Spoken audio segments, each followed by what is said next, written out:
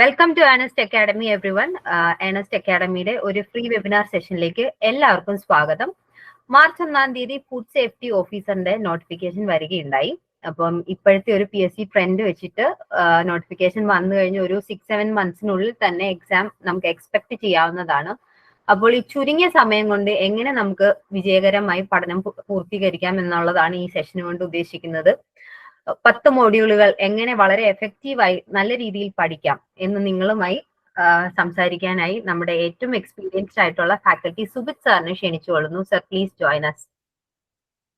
Okay, good evening all. So I'm audible? Audible ആണ് sir, audible ആണ്. So നിങ്ങൾക്ക് എല്ലാവർക്കും അറിയാം, ഫുഡ് സേഫ്റ്റി ഓഫീസറിന്റെ ഒരു ദീർഘകാലത്തിന് ശേഷം 2019 ശേഷം ഇപ്പോ ഇത്രയും വർഷങ്ങൾക്ക് ശേഷമാണ് ഫുഡ് സേഫ്റ്റി ഓഫീസർ പിന്നെയും വിളിച്ചിട്ടുള്ളത്. അതിന്റെ റാങ്ക് ലിസ്റ്റ് ഇപ്പോഴും കറന്റ് നിലവിലുണ്ട്. അപ്പോ അതിനുശേഷം റാങ്ക് ലിസ്റ്റ് എക്സ്പയർ ആയതിനു ശേഷം ഈ എക്സാം ക്ലിയർ ചെയ്ത അതിന് മെയിൻ ലിസ്റ്റിൽ വന്ന ആൾക്കാരെയാണ് ഭാവിയിൽ കൺസിഡർ ചെയ്യാൻ പോവുക. കാരണം നിങ്ങൾക്ക് എല്ലാവർക്കും അറിയാം, ഫുഡ് സേഫ്റ്റി ഓഫീസർ വിളിച്ചതിൽ ഒരുപാട് വേരിയസ് സെക്ടേഴ്സിലുള്ള ആൾക്കാരുണ്ട്.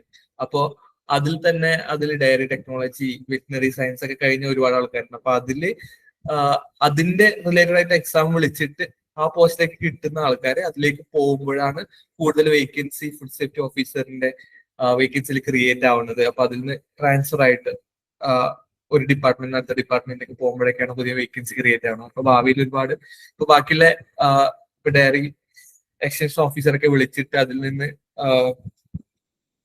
Diary extension officer, food safety officer ആയിട്ടുള്ള ആൾക്കാർ അതിലേക്ക് പോകുമ്പോഴൊക്കെയാണ് ഇനിയും ഭാവിയിൽ ഒരുപാട് വേക്കൻസി ക്രിയേറ്റ് ആവാൻ പോകുന്നത്. അപ്പൊ ഇനി ഈ ഇതിന്റെ റാങ്ക് ലിസ്റ്റ് വരുമ്പോൾ ഒരുപാട് ഓപ്പർച്യൂണിറ്റീസ് നിങ്ങൾക്ക് പ്രതീക്ഷിക്കാവുന്നതാണ്. കറന്റ്ലി ഇപ്പോ വേക്കൻസി ആന്റിസിപ്പേറ്ററി വേക്കൻസി ആയിട്ടാണ് കിടക്കുന്നത്. കറന്റ്ലി ഒന്നും പറഞ്ഞിട്ടില്ലെങ്കിൽ പോലും ഭാവിയിൽ ഒരുപാട് വേക്കൻസി ഉണ്ടാവാനുള്ള ഒരു സ്കോപ്പ് ഉള്ള ഒരു ഏരിയ ആണ്. നിങ്ങൾക്കറിയാം, ഫുഡ് സേഫ്റ്റി ഓഫീസറായിട്ട് റിലേറ്റഡ് ആയിട്ടുള്ള കാര്യങ്ങൾ നമ്മൾ ഇന്ന് ഡിസ്കസ് ചെയ്യാൻ പോണത്. എങ്ങനെ പ്രിപ്പയർ ചെയ്യാം, ഏതൊക്കെയാണ് ഏറ്റവും കൂടുതൽ ഫോക്കസ് ചെയ്യേണ്ട ഏരിയ, അതുപോലെ തന്നെ ഏതൊക്കെ ബുക്കാണ് നമുക്ക് മേജറായിട്ട് റെഫർ ചെയ്യേണ്ടത് എന്നുള്ള കാര്യങ്ങളാണ്. അപ്പോ നമ്മൾ ഇന്ന് പറയാൻ പോണത് ഫുഡ് സേഫ്റ്റി ഓഫീസർ ഏതൊരു കാറ്റഗറിയിലുള്ള ജോബാണ്, ആർക്കൊക്കെ അപ്ലൈ ചെയ്യാൻ പറ്റും, അതുപോലെ തന്നെ അതിന്റെ സിലബസും റിലേറ്റഡ് ആയിട്ടുള്ള ഏതെങ്കിലും ബുക്ക് നമുക്ക് റെഫർ ചെയ്യാൻ പറ്റുന്നുള്ള കാര്യങ്ങൾ, അതുപോലെ തന്നെ പ്രീവിയസ് ഇയർ ക്വസ്റ്റ്യൻ അനാലിസിസ്, ഇപ്പൊ ഏതൊക്കെ ഭാഗത്തു നിന്നാണ് എങ്ങനെയുള്ള ക്വസ്റ്റ്യൻസ് ആണ് ചോദിക്കുന്നത്, ഇൻ ഡെപ്ത് ആയിട്ടാണോ അല്ല സർഫസ് എന്നുള്ള ക്വസ്റ്റ്യൻസ് ആയിരുന്നു എന്നുള്ള കാര്യങ്ങൾ, അതുപോലെ തന്നെ ഇങ്ങനെ നമുക്ക് പ്രിപ്പയർ ചെയ്യാം. ഇതൊരു വെർസറ്റൈൽ ആയിട്ടുള്ള ഒരു സിലബസ് ആണ്.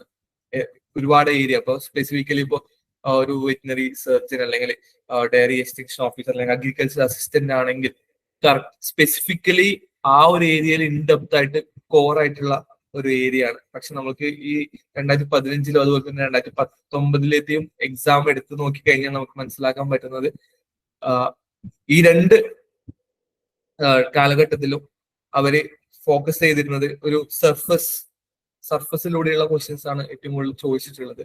അപ്പോ ബേസിക് സ്റ്റഡിയാണ് ഇതിൽ ഏറ്റവും കൂടുതൽ എസെൻഷ്യൽ ആയിട്ട് വേണ്ടിയുള്ളത്.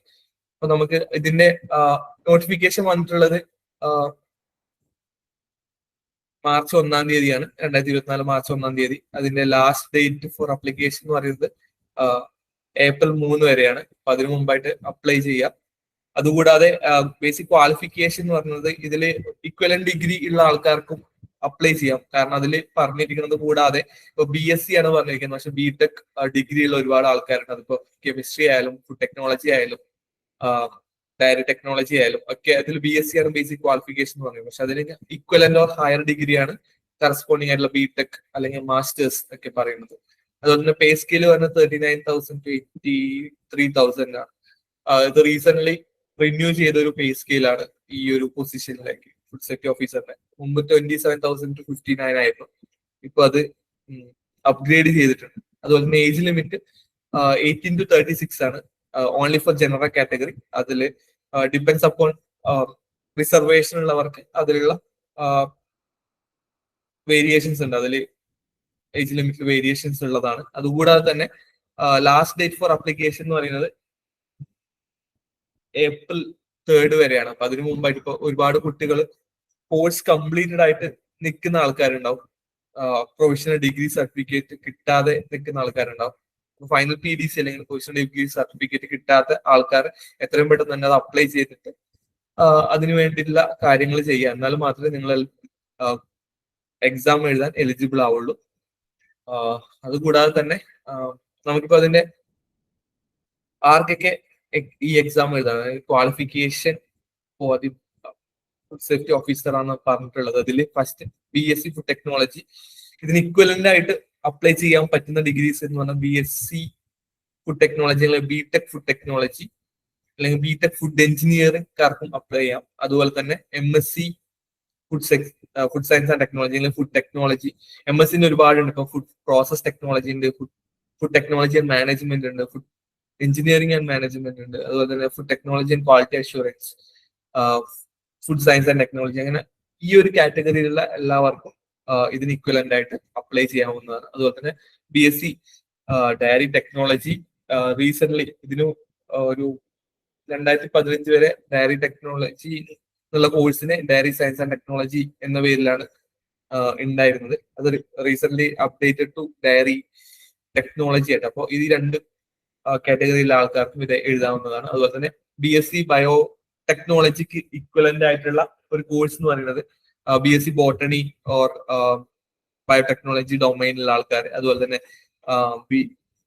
BSc ബയോടെക്നോളജി കരിയർ റിലേറ്റഡ് ആയിട്ടുള്ള കോഴ്സ്, അതുപോലെ തന്നെ ബാച്ചിലർ ഓഫ് എഞ്ചിനീയറിംഗ് അല്ലെങ്കിൽ BTech ബയോടെക്നോളജി കഴിഞ്ഞ ആൾക്കാരുണ്ടാവും. അതുപോലെ തന്നെ bachelor of engineering in biotechnology, അത് കേരളത്തിലുള്ള ഒരുവിധം കോളേജിലേക്കുള്ള BTech എന്ന് പറയുന്നത് BTech ബയോടെക്നോളജി എന്നായിരിക്കും. കേരളത്തിന് പുറത്താണ് നിങ്ങൾ തമിഴ്നാട്ടിലൊക്കെ ഒരുപാട് ഇൻസ്റ്റിറ്റ്യൂട്ടിൽ bachelor of engineering in biotechnology, അതിനും BSc ബയോടെക്നോളജി ഇക്വലന്റ് ആയിട്ട് എഴുതാൻ പറ്റുന്നതാണ്. അതുപോലെ തന്നെ സോറി ഒരു ഡൗട്ട് ചോദിക്കട്ടെ. ഡൗട്ട് ക്ലിയറിംഗ് സെക്ഷൻ ലാസ്റ്റ് നമ്മൾ ഞാൻ പറയാൻ വിട്ടുപോയതാണ്. ഡൗട്ട് ക്ലിയറൻസ് സെഷൻ എൻഡിലോട്ട് വെക്കാമേ, അല്ലെങ്കിൽ നമുക്ക് ഈ സെഷൻ കണ്ടിന്യൂ ചെയ്യാൻ പാടായിരിക്കും. ഡൗട്ട് ക്ലിയറൻസ് എല്ലാം നമുക്ക് ലാസ്റ്റിലോട്ട് വെക്കാം. സർ കണ്ടിന്യൂ ചെയ്തോളൂ. ഓക്കെ, ഡൗട്ട് ഉള്ള കാര്യങ്ങൾ നമുക്ക് ലാസ്റ്റ് നിങ്ങൾ നോട്ട് ചെയ്ത് വെച്ചാൽ മതി. അതിന് നമ്മളൊരു സ്പെസിഫിക് ടൈം അലോട്ട് ചെയ്തിട്ടുണ്ട്. അപ്പൊ അതുവരെ ജസ്റ്റ് വെയിറ്റ് ചെയ്യുക. പിന്നെ നെക്സ്റ്റ് കാര്യം എന്ന് പറയുന്നത് അതുപോലെ തന്നെ MTech biotechnology and biomedical engineering ഉള്ള ആൾക്കാർ, അതുപോലെ തന്നെ BSc MSc ഇന്റഗ്രേറ്റഡ് ബയോടെക്നോളജി ഉള്ള ആൾക്കാർക്കും ഇതിന് അപ്ലൈ ചെയ്യാൻ പറ്റുന്നതാണ്. അതുപോലെ തന്നെ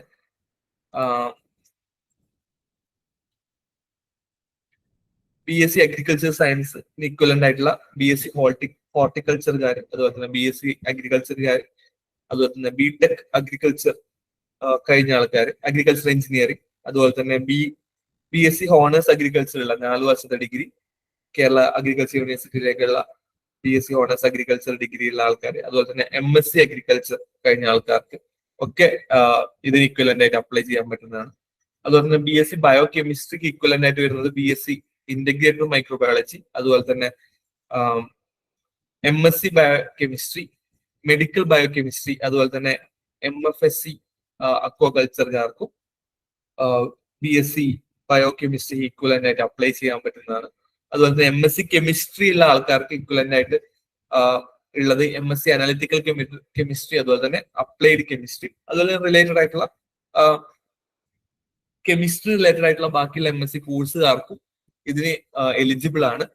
അതുപോലെ തന്നെ BSMS, അതായത് bachelor of science master science, അത് ഇന്റഗ്രേറ്റഡ് ഡിഗ്രിയാണ്. അതുപോലെ തന്നെ BSc MSc integrated bio science ഉള്ള ആൾക്കാർക്കും അതുപോലെ തന്നെ BSc ബയോ സയൻസ് ഉള്ള ആൾക്കാർക്കും ഇതിന് ഇക്വലന്റ് ആയിട്ട് BSMS ഇക്വലന്റ് ആയിട്ട് അപ്ലൈ ചെയ്യാൻ പറ്റുന്നതാണ്. ഇത്രയാണ് മേജർ കാറ്റഗറി എന്ന് പറയുന്നത്. ഇതുകൂടാതെ തന്നെ PAMS, BHMS, BSMS, അതുപോലെ തന്നെ BUMS, അതുപോലെ തന്നെ BDS, ഇത്രയും കോഴ്സ് കഴിഞ്ഞ ആൾക്കാർക്ക് ഡയറക്റ്റ് ഇക്വലൻസി ആയിട്ട് അപ്ലൈ ചെയ്യാൻ പറ്റുന്നതാണ്. അപ്പോ ഇക്വലന്റ് ഡിഗ്രി എന്ന് കൊടുത്തിട്ട് അപ്ലൈ ചെയ്യാൻ പറ്റുന്നതാണ്. അവർക്കത് ഡയറക്റ്റ് എലിജിബിൾ ആയിരിക്കും എന്നാണ് PSCയുടെ നോട്ടിഫിക്കേഷൻ പ്രകാരം പറഞ്ഞിട്ടുള്ളത്. കഴിഞ്ഞ വർഷങ്ങളിലും ഇതുപോലെയുള്ള എല്ലാ BAMS, BHMS, BSMS, BUMS, അതുപോലെ തന്നെ BDSകാര് സെയിം മെത്തേഡ് വെച്ചിട്ടാണ് അപ്ലൈ ചെയ്തിട്ടുള്ളത്. അതുപോലെ തന്നെ ഈ കാറ്റഗറിയിലെ മെഡിക്കൽ ഫീൽഡിലുള്ള ആൾക്കാർക്ക്, അതുപോലെ തന്നെ MBBS കഴിഞ്ഞ ആൾക്കാർക്ക് ഡയറക്റ്റ് ഇതിൽ അപ്ലൈ എലിജിബിൾ ആണ്. അതുപോലെ തന്നെ വെറ്റിനറി സയൻസ് കഴിഞ്ഞ ആൾക്കാർക്കും MBBS കഴിഞ്ഞ ആൾക്കാർക്ക് ഇതുപോലെ ഡയറക്റ്റ് അപ്ലൈ ചെയ്യാൻ പറ്റുന്നതാണ്, ഡയറക്റ്റ് എലിജിബിൾ ആയിരിക്കും. ഇത്രയാണ് മെയിൻ ആയിട്ട് ഇക്വലൻസി അല്ലെങ്കിൽ ഇതിന്റെ ക്വാളിഫിക്കേഷൻ ഡിഗ്രിയിൽ പറഞ്ഞിട്ടുള്ളത്. അപ്പൊ ഇതിൽ ഏതെങ്കിലും തരത്തിലുള്ള ഡൗട്ട് ഉണ്ടെങ്കിൽ നിങ്ങൾ നോട്ട് ചെയ്ത് അവസാനം 1 by 1 ആയിട്ട് ചോദിക്കാവുന്നതാണ്, അല്ലെങ്കിൽ you can directly write on the chat box. We will discuss. Okay, so last exam details നമ്മൾ പറയാൻ മെയിൻ ആയിട്ട് പറഞ്ഞത്, ലാസ്റ്റ് എക്സാം 2019 നോട്ടിഫിക്കേഷൻ വന്നു. 2020 എക്സാം ഉണ്ടായിരുന്നത്. അപ്പോ ലാസ്റ്റ് എക്സാം കമ്പാരിറ്റീവ്ലി എളുപ്പമായിരുന്നു. അതുകൊണ്ട് തന്നെ കട്ട് ഓഫ് 50% കൂടുതലായിരുന്നു. കാരണം ഓൾമോസ്റ്റ് 50% ഓഫ് ക്വസ്റ്റ്യൻ എന്ന് പറയുന്നത് സിമ്പിൾ, എല്ലാവർക്കും അറ്റൻഡ് ചെയ്യാൻ പറ്റുന്ന തരത്തിലായിരുന്നു. ഇതിൽ മെയിൻ ആയിട്ട് അതിന്റെ റാങ്ക് ഡിറ്റർമൈൻ ചെയ്യുന്ന അല്ലെങ്കിൽ ഡിസൈഡ് ചെയ്യുന്നത് ഇതിലുള്ള ലാസ്റ്റ് 3 പോർഷൻ, അതായത് ഇന്ത്യൻ കോൺസ്റ്റിറ്റ്യൂഷനും അതുപോലെ തന്നെ മെന്റൽ എബിലിറ്റി, അതുപോലെ തന്നെ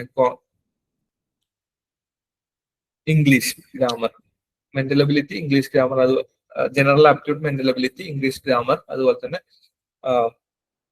ഇന്ത്യൻ കോൺസ്റ്റിറ്റ്യൂഷൻ. ഈ 3 പോർഷനാണ് റാങ്ക് ലിസ്റ്റ് മെയിൻ ആയിട്ട് ഡിസൈഡ് ചെയ്യുന്നത്, ഡിറ്റർമൈൻ ചെയ്യുന്നത്. കാരണം ബാക്കി ഒരുപാട് PSC എക്സാം എഴുതി നല്ല സ്ട്രോങ് ബാക്ക്ഗ്രൗണ്ട് ഉള്ള ആൾക്കാർക്ക് ഈ ഒരു കോർ സബ്ജക്റ്റിൽ ഈ 70 മാർക്കിനുള്ള കോർ പോർഷൻസ് പഠിച്ചു കഴിഞ്ഞാൽ വളരെ എളുപ്പത്തിൽ എക്സാം ക്ലിയർ ചെയ്യാൻ പറ്റുന്നതാണ്. അപ്പോ അതാണ് ഇതിന്റെ മെയിൻ ഒരു ഡിഫറൻസ്. അല്ലെങ്കിൽ ബാക്കിയുള്ള പോസ്റ്റ് വെച്ച് കമ്പയർ ചെയ്യുമ്പോൾ, ബാക്കിയുള്ള കോർ സബ്ജക്റ്റിലുള്ള പോസ്റ്റ് വെച്ച് കമ്പയർ ചെയ്യുമ്പോൾ ഫുഡ് സേഫ്റ്റി ഓഫീസറിന്റെ ഫുഡ്സ് ടെക്നോളജി ഒക്കെ പഠിച്ച് ആൾക്കാരുടെ ഒരു ഡിസഡ്വാൻറ്റേജും പക്ഷെ ബാക്കിയുള്ള കോഴ്സ് പഠിച്ച ആൾക്കാരുടെ ഒരു അഡ്വാൻറ്റേജും, ആ ഒരു ഡിഫറൻസസ് മെയിൻ ആയിട്ട് ഹൈലൈറ്റ് ചെയ്യുന്നത് ഈ കോഴ്സിന്റെ ഈ ഒരു പർട്ടിക്കുലർ പോർഷനിലാണ്. അതുപോലെ തന്നെ കഴിഞ്ഞ വർഷം എക്സാം ഉണ്ടായിരുന്നത് ജൂൺ മാസത്തിലായിരുന്നു. ഈ വർഷം അതുപോലെ തന്നെ നോട്ടിഫിക്കേഷൻ വന്നതിന് ശേഷം ഓൾമോസ്റ്റ് 6 to 7 മന്ത്സിനുള്ളിൽ എക്സാം വരും എന്നാണ്, എക്സാം ഉണ്ടാവും എന്നാണ് അവർ അറിയിച്ചിരിക്കുന്നത്. സോ മീൻസ് അങ്ങനെയാണ് പറയപ്പെടുന്നത്. അപ്പോൾ most probably we can expect within maximum within 9 months നമുക്ക് എക്സാം എക്സ്പെക്ട് ചെയ്യാൻ പറ്റുന്നതാണ്. കാരണം കഴിഞ്ഞ വർഷത്തെ ഒരു പാറ്റേൺ വെച്ച് നോക്കുമ്പോൾ നമുക്ക് ആ ഒരു V can expect like that. Okay, അതുപോലെ തന്നെ കട്ട് ഓഫ് കഴിഞ്ഞ വർഷം ഞാൻ 88 പറഞ്ഞു. എളുപ്പം കമ്പാരിറ്റീവ്ലി ഈസി എക്സാം ആയതുകൊണ്ട് തന്നെ ഓൾമോസ്റ്റ് ഒരുപാട് ആൾക്കാർ ക്ലിയർ ആയിട്ടുണ്ടായിരുന്നു. സപ്ലിമെന്റൽ ലിസ്റ്റിലൊക്കെ ആയിട്ട് ഇപ്പൊ കറന്റ്ലി ഉണ്ട് ഒരുപാട് ആൾക്കാർ. അതുപോലെ തന്നെ മാക്സിമം മാർക്ക് സ്കോർ ഉണ്ടായിരുന്നത് കഴിഞ്ഞ വർഷം 72 ആയിരുന്നു, 72.33. നെഗറ്റീവ് മാർക്ക് ഉണ്ടായത് കൊണ്ട് തന്നെ ഒരുപാട് നെഗറ്റീവ് മാർക്ക് വന്നവരാണ് ആ ഒരു കോമ്പറ്റീഷനിൽ മാർക്ക് താഴാനുള്ള ഒരു മേജർ റീസൺ. അതുകൊണ്ട് തന്നെ ഇപ്പൊ നമുക്ക് ഒരു കറണ്ട് PSCയുടെ പാറ്റേൺസ് നമുക്ക് നോക്കി കഴിഞ്ഞാൽ അറിയാം, ഒരുപാട് അസേർഷൻ റീസൺ ടൈപ്പ് കൺഫ്യൂസിങ് ആയിട്ടുള്ള ക്വസ്റ്റ്യൻസ് ഉണ്ട്. ഗേറ്റ് എക്സാമിന്റെ ഒക്കെ ഒരു പാറ്റേണിലേക്ക് മാറിക്കൊണ്ടിരിക്കുകയാണ്. അപ്പൊ അതുകൊണ്ട് തന്നെ നെഗറ്റീവ് മാർക്ക് ഉണ്ടായത് കൊണ്ട് തന്നെ നമുക്ക് പ്രത്യേകിച്ച് ആൻസർ ചെയ്യാൻ ഇത്തിരി ബുദ്ധിമുട്ടാണ്. അപ്പൊ കോർ കൺസെപ്റ്റ് അല്ലെങ്കിൽ ബേസിക് കൺസെപ്റ്റ് നല്ലൊരു സ്ട്രോങ് ബാക്ക്ഗ്രൗണ്ട് ഉള്ളവർക്ക് മാത്രമേ നന്നായിട്ട് സ്കോർ ചെയ്ത് റാങ്ക് ലിസ്റ്റിൽ ടോപ്പിൽ എത്താൻ പറ്റുള്ളൂ. അതുപോലെ തന്നെ കഴിഞ്ഞ വർഷം നമ്പർ ഓഫ് ഓൾമോസ്റ്റ് 114, അതായത് ഈ എക്സാമിന്റെ ഈ കറന്റ്ലി ഉള്ള റാങ്ക് ലിസ്റ്റ് എൻഡപ്പ് ആവുമ്പോൾ ഉള്ള ടോട്ടൽ വേക്കൻസിയുടെ കറസ്പോണ്ടിങ് ആയിട്ടുള്ള ഒരു മെമ്പേഴ്സിനെ ആയിരിക്കും മെയിൻ ലിസ്റ്റിൽ ഉണ്ടാവുക. അപ്പോ എത്രത്തോളം വേക്കൻസി ഇപ്പൊ ആന്റിസിപ്പേറ്റഡ് വേക്കൻസി ആയിട്ടാണ് കാണിക്കുന്നത്, പക്ഷെ എക്സ്പെക്ടഡ് വേക്കൻസി ഈ റാങ്ക് ലിസ്റ്റ് കഴിയുമ്പോൾ എത്രത്തോളം ഉണ്ടാവുന്നു അതിന് ഇക്വലന്റ് ആയിട്ടായിരിക്കും നെക്സ്റ്റ് വേക്കൻസി മാക്സിമം നമ്പർ അല്ലെങ്കിൽ മെയിൻ ലിസ്റ്റിലുള്ള ആൾക്കാരെ അവർ സെലക്ട് ചെയ്യുക. ആ നമ്പേഴ്സ് അതിനൊരു കാൽക്കുലേഷൻ മെത്തേഡ്സ് ഉണ്ട്. അപ്പൊ അതിനനുസരിച്ചായിരിക്കും കറണ്ട് അവൈലബിൾ വേക്കൻസി ഇൻറ്റു ഒരു പെർസെന്റേജ് ആയിരിക്കും total number of candidates in the main list അവർ ഡിസൈഡ് ചെയ്യുക. അപ്പൊ അത്രയും കാര്യങ്ങളാണ് ഈ ലാസ്റ്റ് എക്സാമിനെ പറ്റിയിട്ട് നമുക്ക് മനസ്സിലാക്കാൻ പറ്റുന്നത്. അതുപോലെ തന്നെ സിലബസ് നോക്കി കഴിഞ്ഞാൽ മനസ്സിലാവും ടോട്ടൽ 10 സെക്ഷൻസ് ആയിട്ടാണ് കാറ്റഗറൈസ് ചെയ്തിട്ടുള്ളത്. അതിൽ മേജർ ആയിട്ട് വരുന്ന പോർഷൻ ഓൾമോസ്റ്റ് 15 മാർക്സിന് ചോദിക്കുന്നത് ഫുഡ് ടെക്നോളജിയാണ്. അപ്പൊ ഫുഡ് ടെക്നോളജി അതുപോലെ തന്നെ നെക്സ്റ്റ് ഒരു പൊസിഷനിൽ ഒരു portion food laws and regulations ഉണ്ട്. പക്ഷെ food laws and regulation majorly focus ചെയ്തിരിക്കുന്നത് നമുക്ക് അത് നോക്കി കഴിഞ്ഞാൽ മനസ്സിലാവും ഫുഡ് FSA ആക്ടിന്റെ FSA ആക്ട് ആണ് മെയിൻ ആയിട്ട് അതിൽ വരുന്നത്.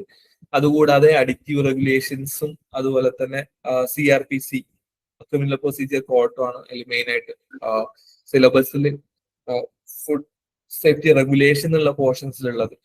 കഴിഞ്ഞ വർഷത്തെ എക്സാം നോക്കി കഴിഞ്ഞാൽ മനസ്സിലാവും ആ പോർഷൻസ് മെയിൻ ആയിട്ട് കുറച്ച് ഡിഫിക്കൽട്ട് ആയിട്ടുള്ള ഒരുപാട് ക്വസ്റ്റ്യൻസ് ചോദിച്ചിട്ടുണ്ടായിരുന്നു. കമ്പാരിറ്റീവ്ലി ടഫ് ആയിട്ടുള്ള ക്വസ്റ്റ്യൻസ് ചോദിച്ചിരുന്നത് ആ ഒരു പോർഷനാണ്. എന്നാൽ ഫുഡ് ടെക്നോളജിന്ന് കഴിഞ്ഞ വർഷം ചോദിച്ചിട്ട്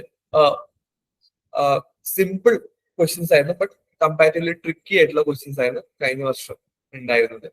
അതിൽ മെയിൻ ആയിട്ട് ഫുഡ് ടെക്നോളജിയിൽ വരുന്ന പോർഷൻസ് എന്ന് പറഞ്ഞത് food technology principles of food processing ആണ്. അപ്പൊ നമുക്ക് അതിൽ നോക്കി കഴിഞ്ഞാൽ മനസ്സിലാവും basic principle of food preservation, heat processing, അതിൽ വരുന്ന മേജർ പോർഷൻസ് എന്ന് പറഞ്ഞത് blanching, pasteurisation, sterilisation, heat processing ടെക്നോളജിയാണ്. അതുകൂടാതെ സ്റ്റെറിലൈസേഷന്റെ കൂടെ തന്നെ നമുക്കറിയാം കാനിങ് ഉണ്ട്. Canning, so different methods of cannings ഉണ്ട്. അതിൽ ബേസ്ഡ് ഓൺ pH ആണ് കാനിങ്ങിന്റെ ഡിവിഷൻസ് വരുന്നത്. അതുകൂടാതെ തന്നെ നമുക്കിതിൽ നോക്കിയാൽ മനസ്സിലാവും ഈ പാസ്ചറൈസേഷൻ, സ്റ്റെറിലൈസേഷൻസ് ഒക്കെ അതിന് തന്നെ ഒരുപാട് കാറ്റഗറീസ്, ക്ലാസിഫിക്കേഷൻസ് ഉണ്ട്. അപ്പോ ആ ഒരു ക്ലാസിഫിക്കേഷൻസും അതിന്റെ ടൈം ടെമ്പറേച്ചർ കോമ്പിനേഷൻസ് ഒക്കെയാണ് സാധാരണ എക്സാമിന് ചോദിക്കാറ്. പിന്നെ ഏതൊക്കെ പ്രൊഡക്ട്സ്, ലോ pH അല്ലെങ്കിൽ ഹൈ pH ഫുഡ്സ്, അതുപോലെ തന്നെ നെക്സ്റ്റ് വരുന്നത് ഫ്രീസിംഗ് ആണ്. അത് ലോ ടെമ്പറേച്ചർ സ്റ്റോറേജ് ആണ്. ലോ ടെമ്പറേച്ചർ, ഈ ലോ ടെമ്പറേച്ചർ സ്റ്റോറേജിൽ രണ്ട് മേജർ പ്രിസർവേഷൻ മെത്തേഡ് ആണ്, ചില്ലിങ്ങും ഫ്രീസിങ്ങും. അപ്പോ ഫ്രീസിങ്ങിന്റെ ചില്ലിങ്ങിന്റെ category classification of chilling, freezing, അതുപോലെ തന്നെ അതിന്റെ ഏതൊക്കെ freezing point of different foods ഒക്കെയാണ് മെയിൻ ആയിട്ട് അതിൽ വരുന്നത്. പിന്നെ ഫ്രീസ് ഡ്രൈയിങ്ങും അതിന്റെ പ്രിൻസിപ്പിൾസും.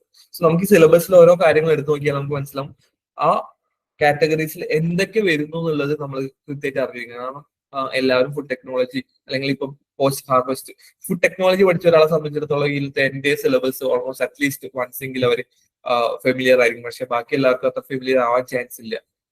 സോ ഇതിൽ ഓരോന്നിലും അണ്ടറിൽ എന്തു വരുന്നു എന്നാണ് മേജറായിട്ട് അറിഞ്ഞിരിക്കേണ്ടത്.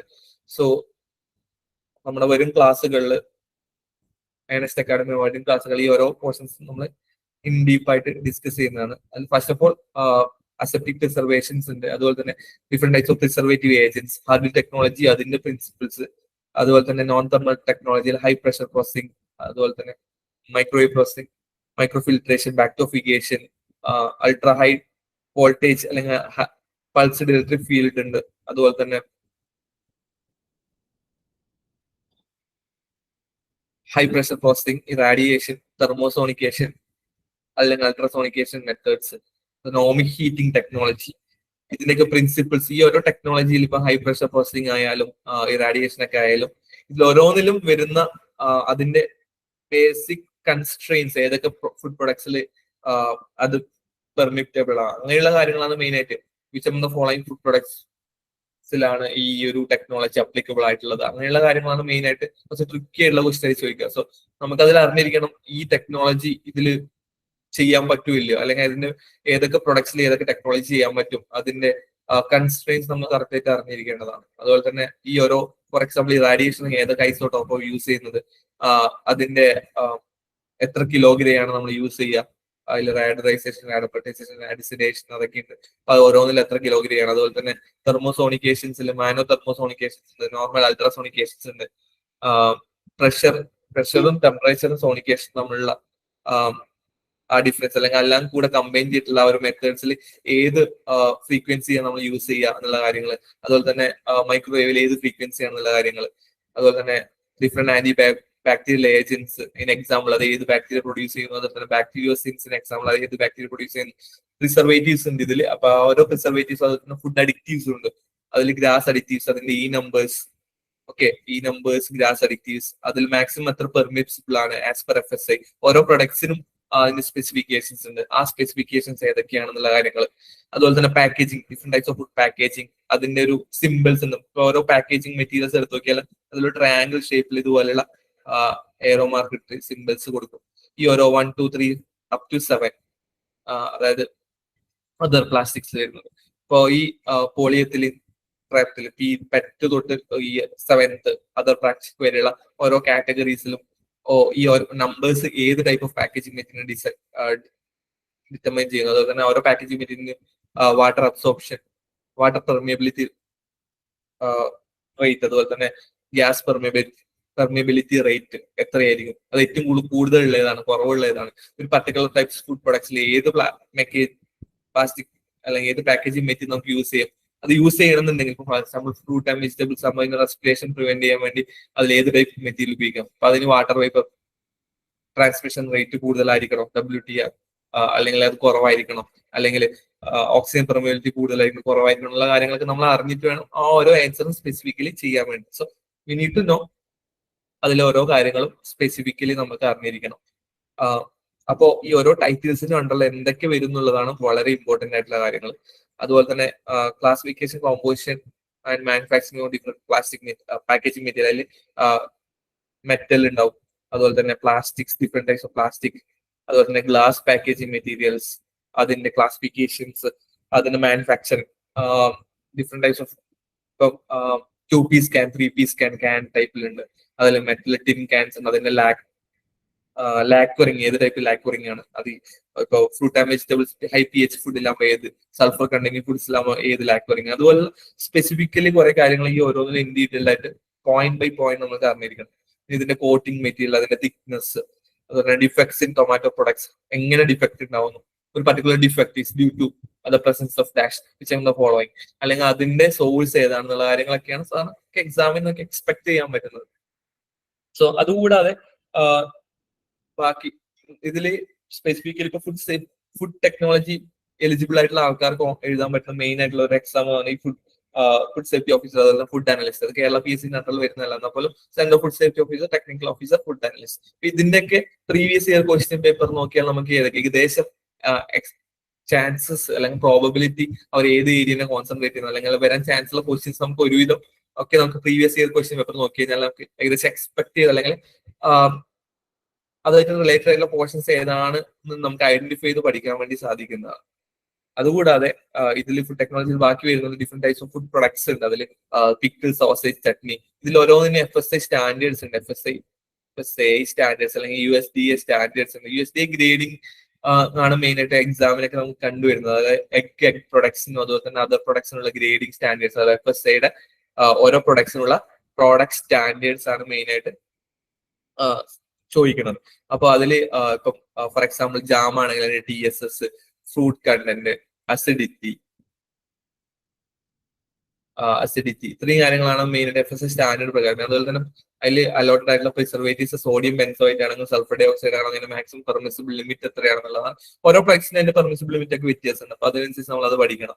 TSS ഓരോ പ്രൊഡക്റ്റിനും പഠിക്കണം. അങ്ങനെ ഓരോ പ്രൊഡക്ട്സിനും പ്രൊഡക്ട് സ്പെസിഫിക്കലി എന്തൊക്കെയാണ്, മേഡപ്പ് ഓഫ് ഏത്, പെക്റ്റിൻ റിച്ച് ആയിട്ടുള്ള, അല്ലെങ്കിൽ ആസിഡ് ഷുഗർ ആസിഡ് റേഷ്യോ ഒക്കെ സാധാരണ അങ്ങനെയുള്ള കാര്യങ്ങളാണ് മെയിൻ സ്പെസിഫിക്കലി അതിൻ്റെ അണ്ടറിൽ എന്തൊക്കെ വരുന്നുള്ള കാര്യങ്ങൾ. അതുപോലെ തന്നെ ജാം ജെല്ലി തമ്മിലുള്ള ഡിഫറൻസ്, അല്ലെങ്കിൽ ജാം ജെല്ലി മാർമലേഡ്, അല്ലെങ്കിൽ ജാം മാർമലേഡ്, ജെല്ലി മാർമലേഡ് തമ്മിലുള്ള ഡിഫറൻസ്. അതുപോലെ തന്നെ ഡിഫറെന്റ് ഹെൽത്ത് ഡ്രിങ്ക്സ് ഏതൊക്കെയാണ്, അതുപോലെ തന്നെ ഹെൽത്ത് ഡ്രിങ്ക്സിന് എക്സാമ്പിൾ, അതായത് ന്യൂട്രാസ്യൂട്ടിക്കൽ ഫങ്ഷണൽ ഫുഡ് തമ്മിലുള്ള ഡിഫറൻസ്.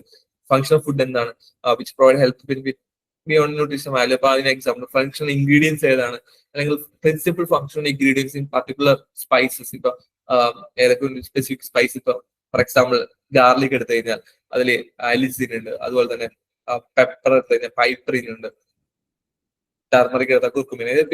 ഈസി അല്ലാതെ ഇപ്പം യൂജിനോള് ഏതിലുള്ളതാണ്, വിച്ചമെന്ന ഫോളോയിങ് യൂജിനോൾ ഉള്ളത്, അത് ഫങ്ഷണൽ ഇൻഗ്രീഡിയന്റ് എന്നുള്ള രീതിയിൽ functional ingredient present in particular food. അങ്ങനെയുള്ള കാര്യങ്ങളാണ് മെയിൻ സ്പെസിഫിക്കലി എക്സാമിനൊക്കെ എക്സ്പെക്ട് ചെയ്യുന്നത് ക്വസ്റ്റ്യൻസ്. അപ്പൊ so we need to know അതിൽ ഫങ്ഷണൽ ഇൻഗ്രീഡിയന്റ് ചോദിച്ചിട്ടുണ്ടെങ്കിൽ, സ്പൈസസ് ചോദിച്ചിട്ടുണ്ടെങ്കിൽ സ്പൈസിൽ എന്തൊക്കെ ക്വസ്റ്റ്യൻസ് ചോദിക്കാം, അല്ലെങ്കിൽ അത് മെച്യൂരിറ്റി ഇൻഡെക്സ് ഏതാണ്, അത് ഹോർട്ടിക്കൾച്ചർ അല്ലെങ്കിൽ പോസ്റ്റ് ഹാർവസ്റ്റ് മെയിൻ ആയിട്ട് അങ്ങനെയുള്ള പോർഷൻസ് ആണ് സാറിന് ചോദിച്ചു വരുന്നത്.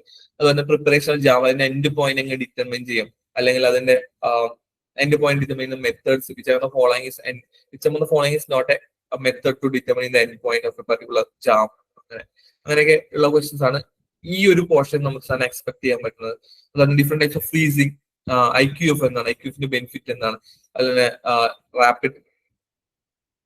റാപ്പിഡ് ഫ്രീസിങ് അല്ലെങ്കിൽ ഫാസ്റ്റ് ഫ്രീസിങ് അല്ലെങ്കിൽ സോഫ്റ്റ് ഫ്രീസിങ് നമ്മുടെ ഡിഫറൻസ്, ലൈറ്റ് ക്രിസ്റ്റലൈസേഷന്റെ difference, different types of milling. മില്ലിംഗിൽ ഇപ്പൊ സീരിയൽ മില്ലിംഗ് ആണെങ്കിലും പൾസ് മില്ലിംഗ് ആണെങ്കിലും അതുപോലെ തന്നെ മില്ലറ്റ് മില്ലിംഗ് ആണെങ്കിലും അതിന്റെ ഡിഫറൻസ്, അല്ലെങ്കിൽ ഡ്രൈ മെത്തേഡും വെറ്റ് മെത്തേഡ്സും ഏതൊക്കെയാണ്, അതിന്റെ കണ്ടീഷനിങ്സ് ഏതാണ്, കണ്ടീഷൻ ടെമ്പറേച്ചർ എന്താണ്, അല്ലെങ്കിൽ കണ്ടീഷൻ യൂസ് ചെയ്യുന്ന മോയ്സ്ചർ കണ്ടന്റ് എത്രയാണ്, അല്ലെങ്കിൽ par boiling temperature, par boiling moisture content, dry methods, different dry methods, അതിൽ CFTRI മെത്തേഡ്സ് ഉണ്ട്, അല്ലെങ്കിൽ നോർമൽ മെത്തേഡ്സ് ഉണ്ട്. അതുപോലെ തന്നെ സ്റ്റോറേജ് സ്ട്രക്ചേഴ്സ് ഒക്കെ ചോദിക്കാറുണ്ട് സാധാരണ. ഓരോ സ്റ്റേറ്റിന്റെ സ്റ്റോറേജ് സ്ട്രക്ചേഴ്സ്, അതിന്റെ മാക്സിമം കപ്പാസിറ്റി, അതിന്റെ angle of repose of different grains, അങ്ങനെയുള്ള കാര്യങ്ങൾ. പിന്നെ ആന്റി ന്യൂട്രീഷണൽ ഫാക്ടേഴ്സ്, അതിന്റെ source of anti nutritional factors ഏതാണ്, ആ ആന്റി ന്യൂട്രീഷണൽ ഫാക്ടർ ഏത് പർട്ടിക്കുലർ ന്യൂട്രിയൻസിന്റെ അബ്സോർപ്ഷൻ പ്രിവെന്റ് ചെയ്യുന്നുള്ള കാര്യങ്ങൾ. അതുപോലെ തന്നെ ready to eat food products, for example ഇപ്പൊ അത് ഏതെന്ന് ഉണ്ടാക്കുന്നു, ഇപ്പൊ മക്രോണി ഉണ്ടാക്കാൻ യൂസ് ചെയ്യുന്ന വീറ്റ്, ടൈപ്പ് ഓഫ് വീറ്റ് ഏതാണ്, അതുപോലെ തന്നെ ബ്രെഡ് വീറ്റിന്റെ പേര് ഏതാണെന്നുള്ള കാര്യങ്ങൾ. സോ അങ്ങനെയുള്ള കാര്യങ്ങളാണ്. പിന്നെ അതിന്റെ മോയ്സ്ചർ കണ്ടന്റ്, ഇപ്പൊ ഇൻസ്റ്റന്റ് ഫുഡ് മീൻസ് ഏത് കാറ്റഗറി വരുന്നു, ഇന്റർമീഡിയറ്റ് മോയ്സ്ചർ ഫുഡ് ആണോ, അല്ല ഹൈ മോയ്സ്ചർ ആണോ, ലോ മോയ്സ്ചർ ആണോ എന്നുള്ള കാറ്റഗറൈസേഷൻ. പിന്നെ അതിന്റെ മേജർ ഇൻഗ്രീഡിയൻസ് ഏതാണ്, അതുപോലെ ഡിഫറെന്റ് പാക്കേജിംഗ് മെറ്റീരിയൽസും അതിന്റെ പാക്കേജിംഗ് മെത്തേഡ്സ്. ഇപ്പൊ കൺട്രോൾഡ് അറ്റ്മോസ്ഫിയർ, അസെപ്റ്റിക് പാക്കേജിംഗ് ഉണ്ട്, ഇന്റലിജന്റ് പാക്കേജിംഗ് ഉണ്ട്, അതുപോലെ തന്നെ മോഡിഫൈഡ് അറ്റ്മോസ്ഫിയർ പാക്കേജിംഗ് ഉണ്ട്, മോഡിഫൈഡ് സ്റ്റോറേജ് ഉണ്ട്, അതിൽ oxygen carbon dioxide concentration, oxygen scavengers, അതുപോലെ തന്നെ എഥിലിൻ സ്കാവഞ്ചേഴ്സ്, അതിന്റെ കോൺസെൻട്രേഷൻ ഉള്ള കാര്യങ്ങൾ. അതൊക്കെയാണ് മെയിൻ ആയിട്ട് ഈ പാക്കേജിംഗ് റിലേറ്റഡ് ആയിട്ടുള്ള പോർഷൻസ് വരുന്നത്. അതുപോലെ തന്നെ quality controls tools, different quality tools, 7 quality tools ഉണ്ട്, ഇപ്പൊ 6 സിഗ്മ പോലുള്ള ഒരുപാട് ടൂൾസ് ഉണ്ട്. അപ്പൊ സ്റ്റാറ്റിസ്റ്റിക്കൽ ക്വാളിറ്റി കൺട്രോൾ എന്താണ്, അങ്ങനെയുള്ള കാര്യങ്ങളാണ് മെയിൻ. അതിന്റെ പ്രിൻസിപ്പിൾസ്, ബേസിക് പ്രിൻസിപ്പിൾസ്, എത്ര പ്രിൻസിപ്പിൾസ് ഉണ്ട് ഈ ഓരോന്നിലും, അതുപോലെ hazard analysis and critical control പോയിന്റിലുള്ള ടോട്ടൽ പ്രിൻസിപ്പിൾസ്, ആ സ്റ്റെപ്സ്, അതുപോലെ തന്നെ ഡിസിഷൻ ട്രീ, അതുപോലെ തന്നെ കോഡെക്സ് എലമെന്ററീസ് കമ്മീഷൻസും അതുമായിട്ട് റിലേറ്റ് ചെയ്ത കുറെ ഇയേഴ്സ് ഒക്കെ അതിൽ വരുന്നുണ്ട്. FAO and WHO അതിന്റെ. So how it is related to food safety എന്നുള്ള കാര്യങ്ങൾ, അതുപോലെ തന്നെ അതിന്റെ എസ്റ്റാബ്ലിഷ് ചെയ്ത ഇയേഴ്സും, അതുപോലെ തന്നെ ഇതിൽ ഈ കോഡെക്സ് എലമെന്ററീസ് കമ്മീഷൻ റിലേറ്റ് ചെയ്ത് നമുക്ക് വേണമെങ്കിൽ പറയാം sanitary and phyto sanitary measures, SPS agreement, അത് എസ്റ്റാബ്ലിഷ് ചെയ്ത വർഷങ്ങൾ, അതുപോലെ തന്നെ SPS റിലേറ്റഡ് ഉള്ള ഒരുപാട് സ്റ്റാൻഡേർഡ്സും റെഗുലേഷൻസും, GHP, GMP, good hygienic practices, good laboratory practices, good manufacturing practices, ഇതിന്റെയൊക്കെ പ്രിൻസിപ്പിൾസും സ്റ്റാൻഡേർഡ്സ് ഉള്ള കാര്യങ്ങൾ ഒക്കെയാണ് മെയിൻ ആയിട്ട് ഈ ഒരു ഏരിയയിൽ സ്പെസിഫിക്കലി വരുന്നത്. പിന്നെ ഇപ്പോ അടുത്തെടുത്ത് നോക്കിയാൽ മനസ്സിലാവും.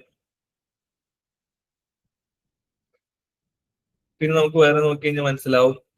നെക്സ്റ്റ് ഡയറി ടെക്നോളജിയിൽ വരുന്നത് different types of dairy products ഏതാണ്, അതുപോലെ തന്നെ കോമ്പോസിഷൻ ഓഫ് മിൽക്കും ഡിഫറെന്റ് ടൈപ്സ് ഓഫ് മിൽക്സ് ഉണ്ട്. അപ്പൊ നമ്മൾ for example toned milk, double toned milk, skimmed milk, അതിന്റെയൊക്കെ സ്റ്റാൻഡേർഡ്സ്, അതുപോലെ തന്നെ buffalo milk, cow milk, camel milk, goat milk, ഇതിന്റെയൊക്കെ ഫാറ്റ് SNF, അതുപോലെ സ്റ്റാൻഡേർഡ്സ്, FSA പ്രകാരമുള്ള സ്റ്റാൻഡേർഡ്സ്, അതുപോലെ തന്നെ മിൽക്കിന്റെ ഡെഫിനിഷൻ, ഓരോ മിൽക്ക് പ്രൊഡക്ട്സിന്റെ ഡെഫിനിഷൻ, അതുപോലെ തന്നെ സ്റ്റെറിലൈസേഷൻ, പ്ലാറ്റ്ഫോം ടെസ്റ്റ്, മെയിൻ ആയിട്ട് പ്ലാറ്റ്ഫോം ടെസ്റ്റ് ഉണ്ട്, അതുപോലെ തന്നെ മിൽക്കിന്റെ പാസ്റ്റേഴ്സ് ടെമ്പറേച്ചർ, അതിപ്പം HTST ആണെങ്കിലും LTLT ആണെങ്കിലും, അതുപോലെ തന്നെ UHT മിൽക്ക്, അതുപോലെ തന്നെ sterilisation, test for milk quality and detections, അതിൽ പ്ലാറ്റ്ഫോം ടെസ്റ്റ്, അതുപോലെ തന്നെ adulteration test. Please mute yourself.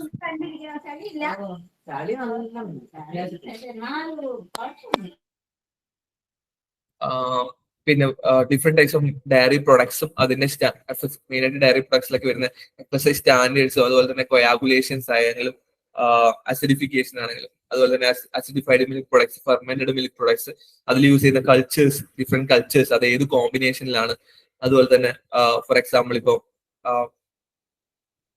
Coagulated milk products produce ചെയ്യുമ്പോൾ അതിൽ യൂസ് ചെയ്യുന്ന ആസിഡ്സിന്റെ കോൺസെൻട്രേഷൻസ്.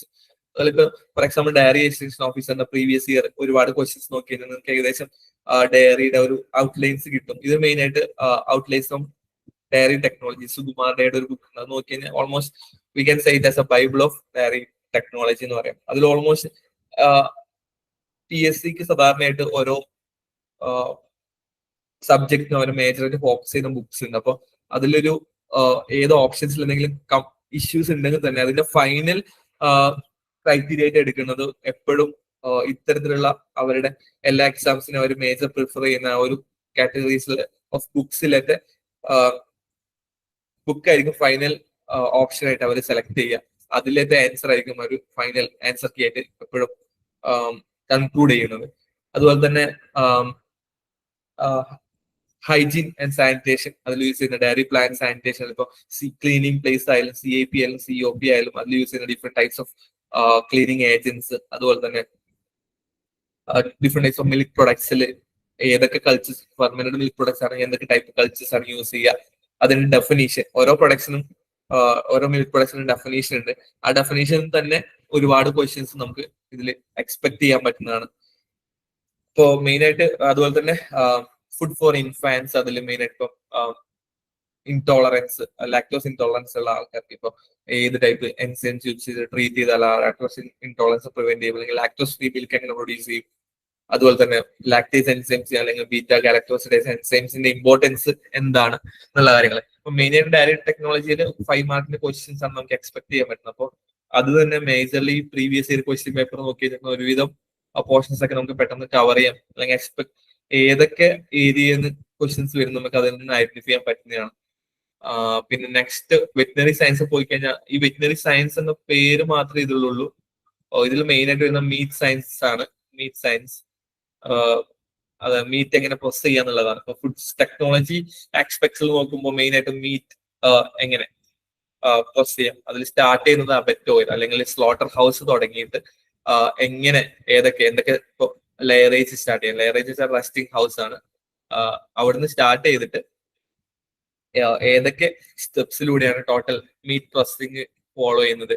അതില് ഇപ്പം ആന്റിമോട്ടം ഇപ്പൊ ലെയറേജിൽ ആന്റിമോട്ടം ഇൻസ്പെക്ഷൻ തുടങ്ങി അതിന്റെ സ്റ്റെന്നിങ് ഡിഫറെന്റ് ടൈപ്സ് ഓഫ് സ്റ്റെന്നിങ് തുടങ്ങി അതിന്റെ ഡീഹൈഡിങ് അല്ലെങ്കിൽ സ്കിൻ റിമൂവൽ ചെയ്തിട്ട് അതിനുശേഷമുള്ള എവിസറേഷൻ, പോസ്റ്റ് മോർട്ടം ഇൻസ്പെക്ഷൻ, അതുപോലെ തന്നെ ഡിഫറെന്റ് ടൈപ്സ് ഓഫ് മീറ്റ് പ്രൊഡക്ട്സും അതിന്റെ ബാക്കിയുള്ള പ്രോസസിങ് സ്റ്റേജസും. അത് ഓരോ ആനിമൽസിന് ഓരോ ടൈപ്പാണ്. ഇപ്പൊ കാറ്റിൽ ആയാലും പിഗ് ആയാലും ഗോട്ട് ആയാലും പൗൾട്രി ആയാലും ഒക്കെ ഓരോ ആനിമൽസിന് ഡിഫറെന്റ് ടൈപ്സ് ഓഫ് സ്റ്റെന്നിങ് മെത്തേഡ്സും ആണ്. അതുപോലെ ഡിഫറെന്റ് ടൈപ്സ് ഓഫ് പ്രോസസിംഗും ആണ്. അപ്പൊ ആ ഓരോ പ്രോസസിംഗിലും ഒരുപാട് പുതിയ ടേംസ് ഉണ്ട്. ഇപ്പം ലെയറേജ് എന്താണ്, സ്റ്റെന്നിങ് എന്താണ്, സ്റ്റെന്നിങ് പോയിന്റ്സ് എന്താണ്, സ്റ്റെന്നിങ് പെൻ എന്താണ്, ന്യൂമാറ്റിക് സ്റ്റെന്നിങ് എന്താണ്, അല്ലെങ്കിൽ പെർക്കസീവ് നോൺ പെർക്കസീവ് മെത്തേഡ് ഏതൊക്കെയാണ്, പിന്നെ electrical stunning, chemical method of stunning, carbon dioxide use ചെയ്യുക അല്ലെങ്കിൽ കാർബൺ ഡൈ ഓക്സൈഡ് കോൺസെൻട്രേഷൻ വയ്ക്കും, ഇലക്ട്രിക്കൽ സ്റ്റെന്നിങ്ങിൽ ഏതൊക്കെ ടൈപ്പ് എക്യുപ്മെന്റ്സ് യൂസ് ചെയ്യുക, അതുപോലെ തന്നെ ഇലക്ട്രിക് സ്റ്റെന്നിങ്ങിൽ യൂസ് ചെയ്യുന്ന വോൾട്ടേജ് എത്ര ആംബിയർ, എത്ര ഫ്രീക്വൻസി ഓഫ് കറണ്ട് ആണ് യൂസ് ചെയ്യുന്നത്, അത്രയും കാര്യങ്ങളാണ് മെയിൻ ആയിട്ട് വരുന്നത്. അതുപോലെ തന്നെ ആന്റിമോട്ടം ഇൻസ്പെക്ഷൻ ചെയ്ത് കഴിഞ്ഞാൽ whether is suitable or not, suspect animal എന്താണ്, എമർജൻസി സ്ലോട്ടർ എന്താണ്, അതുപോലെ തന്നെ ഏതൊക്കെ ആണ് ഡിസീസ് നമുക്ക് ആന്റിമോട്ടം ഇൻസ്പെക്ഷൻ AMI വെച്ചിട്ട് നമുക്ക് ഏതൊക്കെ ഡിസീസ് ഐഡന്റിഫൈ ചെയ്യാൻ പറ്റും. അതുപോലെ തന്നെ ആന്റിമോട്ടം ഇൻസ്പെക്ഷനിൽ വേറെ ഇമ്പോർട്ടന്റ് ആയിട്ട് വരുന്നത് വെദർ അതില് സിവിയർ ആയിട്ടുള്ള സസ്പെക്ടഡ് ആനിമൽസ് ഉണ്ടെങ്കിൽ അത് കണ്ടീഷണലി ഫിറ്റ് ഫോർ സ്ലോട്ടർ ആണോ അല്ലെങ്കിൽ അൺഫിറ്റ് ഫോർ സ്ലോട്ടർ ആണോ എന്നുള്ള കാര്യങ്ങൾ, ഏതൊക്കെ ഡിസീസ് വന്നാൽ കണ്ടീഷണലി ഫിറ്റ് ആവാം, ഏതൊക്കെ ഡിസീസ് വന്നാൽ കംപ്ലീറ്റ്ലി അൺഫിറ്റ് ആവാം, അങ്ങനെയുള്ള കാര്യങ്ങൾ. പിന്നെ പോസ്റ്റ്മോർട്ടം ഇൻസ്പെക്ഷനിൽ ഏതൊക്കെ കാര്യങ്ങളാണ് മെയിൻ ആയിട്ട് നോക്കുക, ഇപ്പം ബ്ലഡ് സ്പോട്ട് ഉണ്ടെങ്കിൽ അല്ലെങ്കിൽ വേറെ എന്തെങ്കിലും ഡിസീസ് ഉണ്ടെങ്കിൽ ഐഡന്റിഫൈ ചെയ്യാൻ ഏതൊക്കെ ബോഡി പാർട്സ് ആയിട്ട് എടുക്കുക, അതുപോലെ തന്നെ എഡിബിൾ ഒഫൽസും ഇൻഎഡിബിൾ ഒഫൽസും ഇതിന്റെയൊക്കെ അബറ്റോയുടെ ഡിസൈൻ ആൻഡ് ലേഔട്ട്, അതിന്റെ ഉള്ളിൽ സ്പെസിഫിക്കേഷൻ, എൻറ്റയർ അബറ്റോ അല്ലെങ്കിൽ സ്ലോട്ടർ ഹൗസിന്റെ ഡിസൈൻ സ്പെസിഫിക്കേഷൻ, ഡിസൈൻ കൺസിഡറേഷൻസ് ഒരു ഫുഡ് സേഫ്റ്റി ഓഫീസറെ സംബന്ധിച്ചിടത്തോളം അവർ ഇൻസ്പെക്ട് ചെയ്യുന്ന ഏതൊക്കെ കാര്യങ്ങളാണ് അതിന്റെ മൊത്തം ഡീറ്റെയിൽസ് നമുക്ക് ഇതിൽ, അതിലത്തെ ലൈറ്റിംഗ് അറേഞ്ച്മെന്റ്, വാട്ടറിന്റെ pressure, temperature for water different area, അതുപോലെ തന്നെ സ്റ്റോറേജ് കണ്ടീഷൻ, ഒഫൽസിന്റെ storage temperature, animal meat storage temperature, അതുപോലെ തന്നെ റിഗർ മോർട്ടിസ് എന്താണ്, ആനിമൽസ് എന്താണ്, ബാക്കിയുള്ള കെമിക്കൽ ചേഞ്ചസ് ഏതൊക്കെയാണ്, സ്പോയിലേജ് ഓഫ് മീറ്റ് ആനിമൽസ്, അതുപോലെ തന്നെ ഏജിങ് ഓഫ് മീറ്റ്, എന്തിനാണ് ഏജിങ് ചെയ്യുന്നത്, different types of tenderization of meat, അതുപോലെ തന്നെ physico chemical and microbial quality ഏതൊക്കെയാണ്. ഓരോ പ്രൊഡക്ട്സിനും microbial quality physico chemical quality parameters ഉണ്ട്. ആസ് പെർ FSA സ്റ്റാൻഡേർഡ്സ് ഓരോ മീറ്റ് പ്രൊഡക്ട്സിന്റെയും. ഇപ്പൊ സോസേജ് ആയാലും സ്മോക്ഡ് മീറ്റ് ആയാലും ബേക്കൺ ആയാലും ഹാം ആയാലും അതുപോലെ തന്നെ meat cut, meat grading, USDA standard പ്രകാരമുള്ള ഗ്രേഡിങ്സ്, അതുപോലെ എഗ്ഗിന്റെ ഗ്രേഡിങ്സ് ആയാലും മീറ്റിന്റെ ഗ്രേഡിങ്സ് ആയാലും different types of meat cuts, അതുപോലെ തന്നെ എന്താണ് ഓർഗാനിക് മീറ്റ്സ്, അതിന് വേണ്ട ബേസിക് കൺസിഡറേഷൻ കൺസ്ട്രെയിൻസ് ഏതൊക്കെയാണ്, അതുപോലെ തന്നെ ജെനറ്റിക്കലി മോഡിഫൈഡ് ആനിമൽസ് ഏതൊക്കെയാണെന്നുള്ള കാര്യങ്ങളൊക്കെയാണ് മെയിൻ ആയിട്ട് സിലബസിൽ ഇതിൽ വരുന്നത്. അപ്പൊ ഇത് മെയിൻ ആയിട്ട് ഫോക്കസ് ചെയ്യാൻ വേണ്ടി BD ശർമ്മയുടെ ഔട്ട്ലൈൻസ് ഓഫ് മീറ്റ് ടെക്നോളജി എന്നുള്ള ഒരു ബുക്ക് ഉണ്ട്, BD ശർമ്മ. അപ്പൊ ആളുടെ ആ ബുക്ക് പ്രകാരം നമുക്ക് പഠിച്ചു കഴിഞ്ഞാൽ ഓൾമോസ്റ്റ് എല്ലാ കാര്യങ്ങളും വളരെ സ്പെസിഫിക് ആയിട്ട് ക്രിസ്പ് ആയിട്ട് ആ ബുക്കിൽ നമുക്ക് കാണാൻ പറ്റുന്നതാണ്. അപ്പൊ അത് നോക്കി കഴിഞ്ഞാൽ തന്നെ ഒരുവിധം റീസെന്റ് പുതിയതായിട്ട് അഡൽട്രേഷൻ, മീറ്റ് അഡൽട്രേഷൻ എങ്ങനെ ഐഡന്റിഫൈ ചെയ്യാം, ഏത് പർട്ടിക്കുലർ ബോണ്ട് വെച്ചിട്ടോ അല്ലെങ്കിൽ അതിന് ഒരുപാട് മെത്തേഡ്സ് ഉണ്ട്. മീറ്റ് അഡൽട്രേഷൻ ഡിറ്റക്ഷനുള്ള ഫിസിക്കൽ മെത്തേഡ്സ് ഉണ്ട്, മോളിക്കുലർ മെത്തേഡ്സ് ഉണ്ട്, അതുപോലെ തന്നെ കെമിക്കൽ മെത്തേഡ്സ് ഉണ്ട്. അതെ, ആ ഒരു പർട്ടിക്കുലർ ടെസ്റ്റ് ഏത് മീറ്റിന് എന്തിനെ ഐഡന്റിഫൈ ചെയ്യാൻ വേണ്ടി യൂസ് ചെയ്യുന്നുള്ള കാര്യങ്ങളൊക്കെ നമ്മൾ അതിൽ കൃത്യമായിട്ട് കൊടുത്തിട്ടുണ്ട്. അഡൽട്രേഷൻ, അതുപോലെ തന്നെ ഈ മെയിൻ ആയിട്ട് പിന്നെ വാല്യൂസ് ചോദിക്കാൻ ചാൻസ് ഉള്ളത് physical, chemical and microbial quality of different meat പ്രൊഡക്ട്സിലാണ്. അതുപോലെ തന്നെ ക്യൂർഡ് മീറ്റ് പ്രൊഡക്ട്സും അതിലുള്ള ക്യൂറിംഗ് സാൾട്ടിനെ പറ്റിയുള്ള കാര്യങ്ങൾ, അതുപോലെ തന്നെ ജെനറ്റിക്കലി മോഡിഫൈഡ് മീറ്റ് പ്രൊഡക്ട്സ്, പിന്നെ functional nutritional functional characteristic of എഗ്ഗിന്റെ കാൻഡലിംഗ് എന്താണ്, എഗ്ഗിന്റെ different types of egg grading എന്താണ്, അതുപോലെ തന്നെ preservation and storage of egg ഏതൊക്കെയാണെന്നുള്ള കാര്യങ്ങളാണ് മെയിൻ ആയിട്ട് ഈ വെറ്റിനറി സയൻസിൽ നമുക്ക് പഠിക്കാനുള്ളത് ഇൻ ഡീറ്റെയിൽസ് ആയിട്ട്. അപ്പോൾ BD ശർമ്മയുടെ ബുക്കിൽ തന്നെ ഒരുവിധം ഏകദേശം പോർഷൻസ് ഒക്കെ നമുക്ക് അതിൽ തന്നെ കവേർഡ് ആയിട്ടുണ്ട്. പിന്നെ നെക്സ്റ്റ് വരുന്നത് ഫുഡ് സേഫ്റ്റി ആൻഡ് അലൈഡ് ലോസിൽ മെയിൻ ആയിട്ട് നമ്മൾ പറഞ്ഞു ഫുഡ് സേഫ്റ്റി സ്റ്റാൻഡേർഡ് ആക്ട് 2006 മൊത്തം അരച്ച് കലക്കി കുടിക്കേണ്ടതായിട്ടുണ്ട്. കാരണം അതിൽ നിന്നാണ് കഴിഞ്ഞ വർഷം വളരെ കൺഫ്യൂസിങ്, അതുപോലെ തന്നെ കൺഫ്യൂസിങ് എന്ന സെൻസ് നന്നായിട്ട് പഠിച്ചവർക്ക് കൺഫ്യൂസിങ് ആയിരിക്കില്ല, പക്ഷെ അത് ജസ്റ്റ് അതിന്റെ ഔട്ട്ലൈൻസ് മാത്രം അറിയുന്നവരെ സംബന്ധിച്ചിടത്തോളം അത് bit confusing and tricky questions ആണ് അതിൽ മെയിൻ ആയിട്ടുള്ളത്.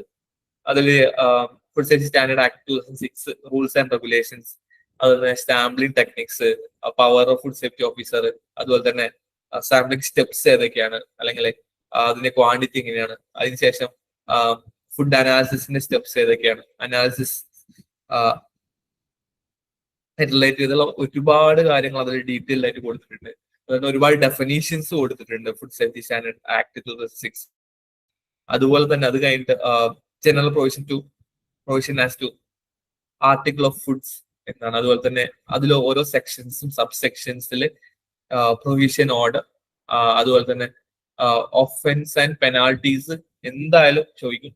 അത് ഒഫൻസസും പെനാൾട്ടീസും അത് എത്ര എമൗണ്ട് ആണ്, അല്ലെങ്കിൽ എത്ര ഇംപ്രിസൺമെന്റ് എത്ര ഇയേഴ്സ് ആണ്, അതുപോലെ തന്നെ അഡ്ജുഡിക്കേഷൻസ്, അതുപോലെ ക്രിമിനൽ പ്രൊസീജിയർ കോഡ്സ് 1972 പ്രകാരമുള്ള ഒരുപാട് സെക്ഷൻസ് പറഞ്ഞിട്ടുണ്ട്.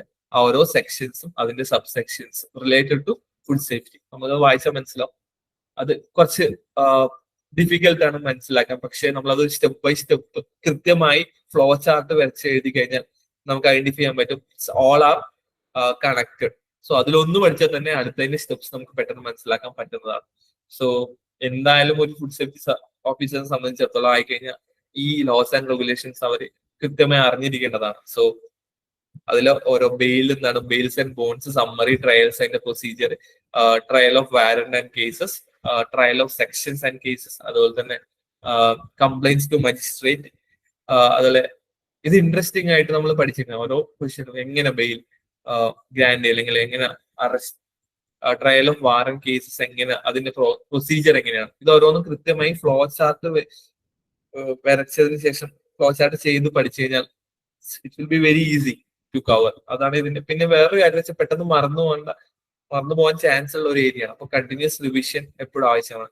ഇതുമായിട്ട് റിലേറ്റ് ചെയ്ത ഒരുപാട് ക്വസ്റ്റ്യൻസ്, മെയിൻ ആയിട്ട് ഈ ഒരു പോർഷൻസ് ആണ് ക്രിട്ടിക്കൽ ആയിട്ട് ഇതിൽ വരുന്നത്. അപ്പൊ ഈ ഒരു പോർഷൻസിന് ഒരുപാട് പ്രീവിയസ് ഇയർ ക്വസ്റ്റ്യൻസ് കണ്ടിന്യൂസ് ആയിട്ട് നമ്മളിങ്ങനെ പ്രാക്ടീസ് ചെയ്തുകൊണ്ടിരുന്നു കഴിഞ്ഞാൽ, ഇപ്പൊ recent Rajasthan food safety officer, അതുപോലെ തന്നെ തമിഴ്നാട് ഫുഡ് സേഫ്റ്റി ഓഫീസർ ഒക്കെ കഴിഞ്ഞിട്ടുള്ളതാ.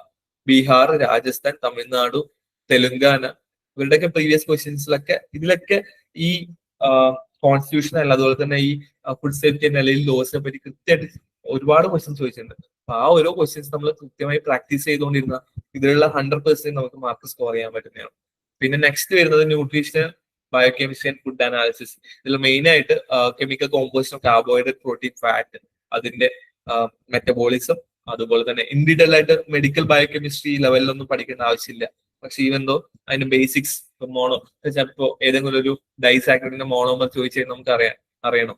അതുപോലെ തന്നെ ഇപ്പോ സെല്ലുലോസിന്റെ മോണോസാക്രൈഡ്സ് അല്ലെങ്കിൽ പെക്ടിൻസിന്റെ സെല്ലുലോസിന്റെ മോണോമർസ് ഏതാണ്, പെക്ടിന്റെ മോണോമർ ഏതാണെന്ന് വെച്ചാൽ റിലേറ്റഡ് ടു ഫുഡ് സ്പെസിഫിക്കലി, അല്ലെങ്കിൽ soluble fibre, insoluble fibre, resistance starch type 5 categories ഉണ്ട്. So how we can differentiate the resistance starch എന്നുള്ള കാര്യങ്ങൾ.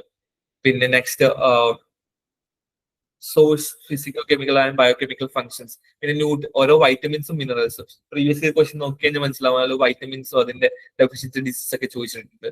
അതുപോലെ തന്നെ ഡെയിലി റിക്വയർമെന്റ്സ്, പിന്നെ ഡൈജഷൻ ആൻഡ് അബ്സോർപ്ഷൻ റിലേറ്റഡ് ആയിട്ടുള്ള ഒരുപാട് കാര്യങ്ങൾ മെയിൻ ആയിട്ട് വരുന്നത്. ബയോളജിക്കൽ വാല്യൂ എന്താണ്, അതിന്റെ ഡെഫിനിഷൻ. അതുപോലെ തന്നെ പ്രോട്ടീൻ എഫിഷ്യൻസി റേഷ്യോ, അതിന്റെ ഡെഫിനിഷൻ. ഡൈജസ്റ്റബിലിറ്റി എന്താണ്, ഡൈജസ്റ്റബിലിറ്റി കോഎഫിഷ്യന്റ് എന്താണ്. പിന്നെ net protein utilisation, net protein ratio, ഇതൊക്കെ എങ്ങനെ മെഷർ ചെയ്യാം, ഇതിനുള്ള മെത്തേഡ്സ് എന്താണ്, ഇൻവിട്രോ അല്ലെങ്കിൽ ഇൻവൈവോ മെത്തേഡ് ഏതാണ്. ഫോർ എക്സാമ്പിൾ ഇപ്പൊ ബയോളജിക്കൽ വാല്യൂ ഓഫ് ഒരുപാട് പ്രോട്ടീൻസിന്റെ കുറച്ച് വാല്യൂസ് നമ്മൾ കൃത്യമായിട്ട് അറിഞ്ഞിരിക്കണം. ഇപ്പൊ മീറ്റ് പ്രോട്ടീൻ ലീൻ മീറ്റ് ആയാലും അല്ലെങ്കിൽ ഓരോ റെഡ് മീറ്റിന്റെ ആയാലും വൈറ്റ് മീറ്റിന്റെ ആയാലും അതിന്റെ ബയോളജിക്കൽ വാല്യൂ, എഗ് പ്രോട്ടീന്റെ ബയോളജിക്കൽ വാല്യൂ, വേ പ്രോട്ടീന്റെ ബയോളജിക്കൽ വാല്യൂ, കെസീന്റെ ബയോളജിക്കൽ വാല്യൂ, ഇത്രയും കാര്യങ്ങൾ മെയിൻ ആയിട്ട് കൃത്യമായിട്ട് നമ്മൾ അറിഞ്ഞിരിക്കണം എത്ര പെർസെന്റേജ് ആണെന്നുള്ളത്. ഔട്ട് ഓഫ് 100 ആണ് ബയോളജിക്കൽ വാല്യൂ നമ്മൾ പറയാം, BV അല്ലെങ്കിൽ ബയോളജിക്കൽ വാല്യൂ. അല്ലെങ്കിൽ പ്രോട്ടീൻ എഫിഷ്യൻസി റേഷ്യോ എങ്ങനെ ഡിറ്റർമൈൻ ചെയ്യുന്നത്, ഏതൊക്കെ ഫാക്ടേഴ്സ് ആണ് PEM പ്രോട്ടീൻ എഫിഷ്യൻസി റേഷ്യോനെ അഫക്ട് ചെയ്യുന്നുള്ള കാര്യങ്ങൾ. അതുപോലെ തന്നെ ഡിഫറെന്റ് എൻസൈംസ് അല്ലെങ്കിൽ പ്രോട്ടീൻ, ഒരുപാട് എൻസൈംസ്, പെപ്സിനായാലും ട്രിപ്സിനായാലും ഒരുപാട് എൻസൈംസ്, അതിന്റെ ആന്റി ന്യൂട്രീഷൻ ഫാക്ടർ നേരത്തെ പറഞ്ഞ പോലെ അതിന്റെ ഇൻഹിബിറ്റേഴ്സ് ഏതൊക്കെയാണ്, കെമിക്കൽ സ്കോർ എങ്ങനെ ഡിറ്റർമൈൻ ചെയ്യും, ഇതിന്റെ ഇക്വേഷൻസ് ഒക്കെ ചോദിക്കും. ഈ ഇക്വേഷൻ ചോദിച്ചിട്ട് ഇത് ഏതിനാ which determine which value related to nutrition വെച്ച് നമുക്ക് അറിഞ്ഞിരിക്കണം. കെമിക്കൽ സ്കോറിന്റെ ഇക്വേഷൻ എന്താണ്, നെറ്റ് പ്രോട്ടീൻ യൂട്ടിലൈസേഷൻ ഇക്വേഷൻ എന്താണെന്നുള്ള കാര്യങ്ങൾ. അതുപോലെ തന്നെ determination of energy metabolism during work, അതിൽ മെയിൻ ആയിട്ട് ചോദിക്കാൻ ചാൻസ് ഉള്ളത് energy expenditure for various types of activities. കൃത്യമായിട്ട് ഒരുപാട് ഫിസിക്കൽ ആക്ടിവിറ്റീസിൽ എനർജി എക്സ്പെൻഡിച്ചർ എത്ര വരുന്നുണ്ട്, എത്ര കലോറി, അല്ലെങ്കിൽ അത് മെഷർ ചെയ്യുന്നത് കലോറിയിലാണോ, കിലോ കലോറിയിലാണോ, ജൂളിലാണോ, എങ്കിൽ ആ വാല്യൂ എത്രയാണെന്നുള്ള കാര്യങ്ങളാണ് മെയിൻ ആയിട്ട് ന്യൂട്രീഷണൽ ബയോകെമിസ്ട്രീസിൽ വരുന്നത്. അതുകൂടാതെ വരുന്ന വേറെ ഒരുപാട് റെക്കമെൻഡറി RDA, അത് വളരെ ഇമ്പോർട്ടന്റ് ആണ്. RDA സാധാരണ എല്ലാ എക്സാമിനും ന്യൂട്രീഷൻ റിലേറ്റഡ് എക്സാമിനൊക്കെ ചോദിക്കണം. RDA recommended dietary allowance for macro nutrients ആയാലും മൈക്രോ ന്യൂട്രിയൻസ് ആയാലും, ഫോർ എക്സാമ്പിൾ വൈറ്റമിൻസ്, മിനറൽസ്. അത് തന്നെ പ്രഗ്നന്റ് വുമൻസിൽ, ലാക്ടേറ്റിംഗ് വുമൻസിൽ, ഒരു അഡൾട്ടില്, ഏജ്ഡ് ആൾക്കാരിൽ, അതുപോലെ തന്നെ ഈ ഓരോ കാറ്റഗറീസിലുള്ള ആൾക്കാർക്ക് റെക്കമെൻഡറി RDA എത്ര വരുന്നുള്ള കാര്യങ്ങൾ.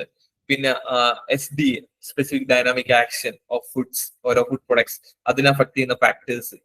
ബാലൻസ്ഡ് ഡയറ്റ് ഫോർമുലേഷൻസ്, ഇപ്പൊ ഏതൊക്കെയാണ്, ഇപ്പൊ which of the following is A balanced diet ചോദിച്ചു കഴിഞ്ഞാൽ നമുക്ക് അത് ഏതൊക്കെ കോമ്പിനേഷൻസ്, ഒരുപാട് കോമ്പിനേഷൻസ്, അപ്പൊ അതിൽ ബേസിക് ആയിട്ടുള്ള കോമ്പിനേഷൻ നമ്മൾ അറിഞ്ഞിരിക്കണം. പിന്നെ അപ്പൊ അതിലെല്ലാ essential, for example essential proteins ഉണ്ടായിരിക്കണം, അതുപോലെ തന്നെ എസെൻഷ്യൽ ഫാറ്റി ആസിഡ് ഉണ്ടായിരിക്കണം. അപ്പൊ എസെൻഷ്യൽ ഫാറ്റി ആസിഡ് ഏതൊക്കെയാണ് നമ്മൾ അറിയണം, എസെൻഷ്യൽ പ്രോട്ടീൻ അമിനോ ആസിഡ്സ് ഏതൊക്കെ നമ്മൾ അറിഞ്ഞിരിക്കണം. Okay, so different analytical techniques used for determination of ഈ ഓരോ ന്യൂട്രിയൻസും വൈറ്റമിൻസിനും മിനറൽസിനും ഡിറ്റർമിൻ ചെയ്യാനുള്ള ഒരുപാട് ടെക്നിക്സ്. ഇപ്പൊ ഫോർ എക്സാമ്പിൾ വൈറ്റമിൻ ബിന് ഏത് മെത്തേഡാണ്, അതുപോലെ തന്നെ റെഡ്യൂസിങ് ഷുഗറിന് ഏത് മെത്തേഡാണ്, പെൻഡോസ് ഷുഗറിന് ഏത് മെത്തേഡാണ്, പെൻഡോസ് ഹെക്സോക്സിൻ ഡിഫറൻഷിയേറ്റ് ചെയ്യാനുള്ള മെത്തേഡ് ഏതാണ്, അതുപോലെ തന്നെ അമിനോ ആസിഡ് ഡിറ്റർമിൻ ചെയ്യുന്ന മെത്തേഡ്. ഈ ഒരു പർട്ടിക്കുലർ ടെസ്റ്റിൽ ഈ ഒരു ഡിറ്റക്ഷൻ ഏത് കളർ കിട്ടും എന്നുള്ള കാര്യങ്ങൾ. ഓക്കെ, അപ്പോ ഹൈഡ്രജൻ ടെസ്റ്റിൽ ഇപ്പോ പ്രോലിൻസിനാണെങ്കിൽ ഏത് കളറാണ്, ബാക്കിയുള്ള അമിനോ ആസിഡിന് ഏത് കളറാണെന്നുള്ള കാര്യങ്ങൾ. അതുപോലെ തന്നെ മെയിൻ ആയിട്ട് ക്രോമറ്റോഗ്രാഫി റിലേറ്റഡ് ആയിട്ട് വരുമ്പോൾ column chromatography, paper chromatography, thin layer chromatography, high performance liquid chromatography, അതുപോലെ തന്നെ ഗ്യാസ് ക്രോമറ്റോഗ്രാഫി. ഈ ഓരോ ക്രോമറ്റോഗ്രാഫിയും തമ്മിലെ ഡിഫറൻസ്, പിന്നെ ബേസിക് പ്രിൻസിപ്പിൾ ഓഫ് ക്രോമറ്റോഗ്രാഫി അല്ലെങ്കിൽ സെപ്പറേഷൻ ടെക്നിക്സ് ആണ്. അതുപോലെ തന്നെ ഓരോ different types of columns used in normal phase ആയാലും റിവേഴ്സ് ഫേസ് ക്രോമറ്റോഗ്രാഫിയിലും ഏതൊക്കെ ടൈപ്പ് കോളമാണ് യൂസ് ചെയ്യുന്നത്, അതുപോലെ തന്നെ അതിന്റെ ഡിറ്റക്ടേഴ്സ്, ഏതൊക്കെ ടൈപ്പ് ഡിറ്റക്ടേഴ്സ് ആണ് യൂസ് ചെയ്യുക ക്രോമറ്റോഗ്രാഫിയിൽ, അതുപോലെ മൊബൈൽ ഫേസ് ഏതാണ്, സ്റ്റേഷനറി ഫേസ് ഏതാണെന്നുള്ളത്, അത്രയും കാര്യം. പിന്നെ കോളം, പിന്നെ റീടെൻഷൻ ടൈം എന്താണ്, എല്യൂഷൻ എന്താണ്, അതുപോലെ തന്നെ അതിൽ വരുന്ന ഡിഫക്ട്സ് ഏതൊക്കെയാണെന്നുള്ള കാര്യങ്ങൾ, അതുപോലെ തന്നെ സ്പെക്ട്രോസ്കോപ്പിക് ടെക്നിക്ക്. അപ്പൊ അതിന്റെയൊക്കെ പ്രിൻസിപ്പിൾ, ഈ ഓരോ ടെക്നിക്സിന്റെയും പ്രിൻസിപ്പിൾ, ലാംബാർട്സിലോ ഏത് സ്പെക്ട്രോസ്കോപ്പിയുടെ പ്രിൻസിപ്പിൾ ആണ്, അതുപോലെ തന്നെ രാമൻ സ്പെക്ട്രോസ്കോപ്പിയുടെ പ്രിൻസിപ്പിൾ എന്താണെന്നുള്ളത്, അതുപോലെ തന്നെ ഇതിന്റെയൊക്കെ കുറെ ഇക്വേഷൻസ്, കുറെ വാല്യൂസ് ഒക്കെ ഉണ്ട്. അതിന്റെ ഫ്രീക്വൻസി റേഞ്ച് എത്രയാണ്, ഇപ്പം UV സ്പെക്ട്രോസ്കോപ്പിയുടെ ഫ്രീക്വൻസി റേഞ്ച് അല്ലെങ്കിൽ ഏതെങ്കിലും പർട്ടിക്കുലർ കോമ്പൗണ്ടിന്റെ അബ്സോർപ്ഷൻ റേഞ്ച് ചിലപ്പോൾ ചോദിക്കാം. അതുപോലെ തന്നെ അറ്റോമിക് അബ്സോർപ്ഷൻ സ്പെക്ട്രോസ്കോപ്പി, ഈ ഓരോ സ്പെക്ട്രോസ്കോപ്പി അല്ലെങ്കിൽ ക്രോമറ്റോഗ്രാഫി ടെക്നിക്സിലെ എക്യുപ്മെന്റ്സിന്റെ കോമ്പോണൻസ് ഒക്കെ നമുക്ക് എക്സ്പെക്ട് ചെയ്യാം. ഏത് ടൈപ്പ്, ഏത് കോമ്പോണൻസ് ആണ്, അത് എന്തിനു വേണ്ടി യൂസ് ചെയ്യും, അല്ലെങ്കിൽ ഈ ഒരു കോമ്പോണൻസ് ഏത് മെത്തേഡ്സിൽ യൂസ് ചെയ്യുക എന്നുള്ളത്. അതുപോലെ തന്നെ ഫുഡ് അനാലിസിസ്, മോയ്സ്ചർ കണ്ടന്റ് എങ്ങനെ ഡിറ്റർമിൻ ചെയ്യാം, അതിൽ dry moisture, dry bulb and wet bulb, temperature എന്താണ്, അതുപോലെ തന്നെ ഈ ഒരു ഡ്രൈയിങ് കർവ് ചിലപ്പോൾ ചോദിക്കാം. അതുകൂടാതെ മോയ്സ്ചർ കണ്ടന്റ് എങ്ങനെ ഡിറ്റർമിൻ ചെയ്യാം, അല്ലെങ്കിൽ moisture content dry basis wet ബേസിസുള്ള കൺവേർഷൻസ്, ന്യൂമറിക്കൽസ് ഒന്നും ചോദിച്ചു കണ്ടിട്ടില്ല, even though we can expect. അതുപോലെ തന്നെ ആഷ് എന്താണ്, ആഷ് കണ്ടന്റ് എന്താണ്, ആഷ് സൊല്യൂബിൾ ആഷും ആസിഡ് ഇൻസോലുബിൾ ആഷ്, അതുപോലെ തന്നെ ഫാറ്റ് കണ്ടന്റ്, ഫാറ്റുമായിട്ട് റിലേറ്റ് ചെയ്ത ഒരുപാട് അയഡിൻ വാല്യൂ, സപ്പോണിഫിക്കേഷൻ വാല്യൂ, ബോയിക്ടസ് നമ്പർ പോലുള്ള അതൊക്കെ എന്തിനെ ഡിറ്റർമിൻ ചെയ്യുക, അല്ലെങ്കിൽ ഡിഗ്രി ഓഫ് ഓക്സിഡേഷൻ ഡിറ്റർമിൻ ചെയ്യാൻ വേണ്ടിയിട്ട് ഏത് മെത്തേഡ് യൂസ് ചെയ്യുക, അല്ലെങ്കിൽ ഡിഗ്രി ഓഫ് അൺസാച്ചുറേഷൻ ഐഡന്റിഫൈ ചെയ്യാൻ വേണ്ടി ഏത് മെത്തേഡ് യൂസ് ചെയ്യുക, അതുപോലെ തന്നെ പെസ്റ്റിസൈഡ്, ഓരോ പെസ്റ്റിസൈഡ് ഡിറ്റർമിൻ ചെയ്യാനുള്ള മെത്തേഡ്സ് ഏതാണ്, അത് ക്രോമറ്റോഗ്രാഫി മെത്തേഡിൽ ഡിറ്റർമിൻ ചെയ്യാൻ പറ്റുമോ, അല്ലെങ്കിൽ വേറെ ഏതെങ്കിലും സ്പെസിഫിക് മെത്തേഡ്സ് ഉണ്ടോ എന്നുള്ള കാര്യങ്ങൾ. അതുപോലെ food adulteration, different types of അഡൾട്രേഷന്റെ റിലേറ്റഡ് ആയിട്ടുള്ള ഒരുപാട് ക്വസ്റ്റ്യൻസ് നമുക്ക് എക്സ്പെക്ട് ചെയ്യാം. അപ്പോൾ അതിന് എഗെയിൻസ്റ്റ് എന്ത് ആക്ഷൻ എടുക്കാം, ഡിഫറെന്റ് ടൈപ്സ് ഓഫ് അഡൾട്രൻസ് ഏതൊക്കെയാണ്, അതിപ്പോ മീറ്റിലായാലും ഫുഡ് ഏത് സ്പൈസസിലാണെങ്കിലും കോമൺ അഡൾട്രൻസ് ഒരു ഫോർ എക്സാമ്പിൾ കൗ മിൽക്കും ബഫലോ മിൽക്കും മിക്സ് ചെയ്തിട്ടുണ്ടെങ്കിൽ ഓൾസോ കൺസിഡേഴ്സ് ആൻ അഡൾട്രൻ, അതെങ്ങനെ ഐഡന്റിഫൈ ചെയ്യാൻ പറ്റും, അത് തന്നെ സ്റ്റാർച്ച് ഇൻ മിൽക്ക് എങ്ങനെ ഐഡന്റിഫൈ ചെയ്യാൻ പറ്റും എന്നുള്ള കാര്യങ്ങൾ, അല്ലെങ്കിൽ ഏതെങ്കിലും സിന്തറ്റിക് കളറൻസ് ഇൻ ഏതെങ്കിലും സ്പൈസ് പൗഡറിൽ ഇട്ട് കഴിഞ്ഞാൽ, ഫോർ എക്സാമ്പിൾ ടർമറിക്കിൽ മെറ്റാലിക് യെല്ലോ യൂസ് ചെയ്ത് കഴിഞ്ഞാൽ, അല്ലെങ്കിൽ സൺസെറ്റ് യെല്ലോ കളർ യൂസ് ചെയ്ത് കഴിഞ്ഞാൽ എങ്ങനെ ഐഡന്റിഫൈ ചെയ്യാൻ പറ്റും, ആ അഡൾട്രേഷൻ, ആ ഒരു പർട്ടിക്കുലർ ടെക്നിക്സിന്റെ പേര്, അത്രയും കാര്യങ്ങൾ. പിന്നെ ഈ പറഞ്ഞ സ്പെസിഫിക്കലി അവർ പറഞ്ഞിട്ടുള്ള ഐഡിൻ വാല്യൂ, സപ്പോണിഫിക്കേഷൻ വാല്യൂ ഒക്കെ നമ്മൾ കൃത്യമായിട്ട് ഡെഫിനിഷൻ കറക്റ്റ് നമ്മൾ അറിഞ്ഞിരിക്കേണ്ടതായിട്ടുണ്ട്. പിന്നെ microbial and biotechnological and medical ആസ്പെക്ട്സിൽ മെയിൻ ആയിട്ട് വരുന്നത് microscopic, different types microscopic techniques, അതുപോലെ തന്നെ ഡിഫറെന്റ് ടൈപ്സ് സ്റ്റെറിലൈസേഷൻ ടെക്നിക്സ്, ഏതൊക്കെ മീഡിയ, ഏതൊക്കെ കൾച്ചേഴ്സിന് യൂസ് ചെയ്യാന്നുള്ളത്, അതുപോലെ തന്നെ microbial growth and death kinetics, അത് വളരെ ഇമ്പോർട്ടന്റ് ആണ്. ഇപ്പൊ lag log phase, stationary phase and death or decline phase, ഇതിൽ സെക്കൻഡറി മെറ്റബോളൈസ് ഏത് ഫേസിൽ പ്രൊഡ്യൂസ് ചെയ്യും, അതുപോലെ തന്നെ ഫെർമെന്റേഷൻ, ഫോർ എക്സാമ്പിൾ ഇപ്പൊ മൈക്രോബിയൽ ഫെർമെന്റേഷൻ തന്നെ ഇപ്പൊ ബാക്ടീരിയൽ ഫെർമെന്റേഷൻ ആയാലും, അതുപോലെ തന്നെ ഈസ്റ്റ് ഫെർമെന്റേഷൻ ആയാലും, അതിൽ സെക്കൻഡറി മെറ്റബോളൈസ് പ്രൊഡ്യൂസ് ചെയ്യുന്ന ഏത് ഒരു റേഞ്ചിലാണ്, അതിൽ ഫെർമെന്റേഷൻ മെയിൻ ആയിട്ട് ഇപ്പോൾ acid fermentation, lactic acid fermentation, acetic acid fermentation ഉണ്ട്, അതിന് സബ്സ്ട്രേറ്റ് ഏതാണ്, അതുപോലെ തന്നെ ഇപ്പോ ആൽക്കഹോൾ ഫെർമെന്റേഷൻ എടുത്തു കഴിഞ്ഞാൽ അതുമായിട്ട് റിലേറ്റ് ചെയ്ത ഒരുപാട് ക്വസ്റ്റ്യൻസ് നമുക്ക് എക്സ്പെക്ട് ചെയ്യാം. ഫോർ എക്സാമ്പിൾ ഏത് ബാക്ടീരിയ ആണ് യൂസ് ചെയ്യുക, അല്ലെങ്കിൽ ബേക്കേഴ്സ് ഈസ്റ്റ് അല്ലെങ്കിൽ ബ്രൂവേഴ്സ് ഈസ്റ്റ് ഏതാണ്, അതുപോലെ തന്നെ source of micro organism in food, different types spoilage ചോദിക്കും, അതുപോലെ ഓരോ ഓർഗാനിസത്തിന്റെയും ഏത് ടൈപ്പ്, എന്ത് സ്പോർട്സാ പ്രൊഡ്യൂസ് ചെയ്യുക, അല്ലെങ്കിൽ സ്പോയിലേജ് ഇൻ ഡിഫറെന്റ് ഫുഡ്സ്, അതിൽ മെയിൻ ആയിട്ട് സ്പോയിലേജും പാത്തോജൻസും, സ്പോയിലേജ് ആൻഡ് പാത്തോജൻസ് ഐഡന്റിഫൈ ചെയ്യാൻ വേണ്ടിയിട്ട്, പാത്തോജൻസിന് വേണ്ടി നമ്മൾക്ക് മെയിൻ ആയിട്ട് വില്യം ഫ്രേസിയറിന്റെ ഫുഡ് മൈക്രോബയോളജി, ഫുഡ് മൈക്രോബയോളജി എന്നുള്ള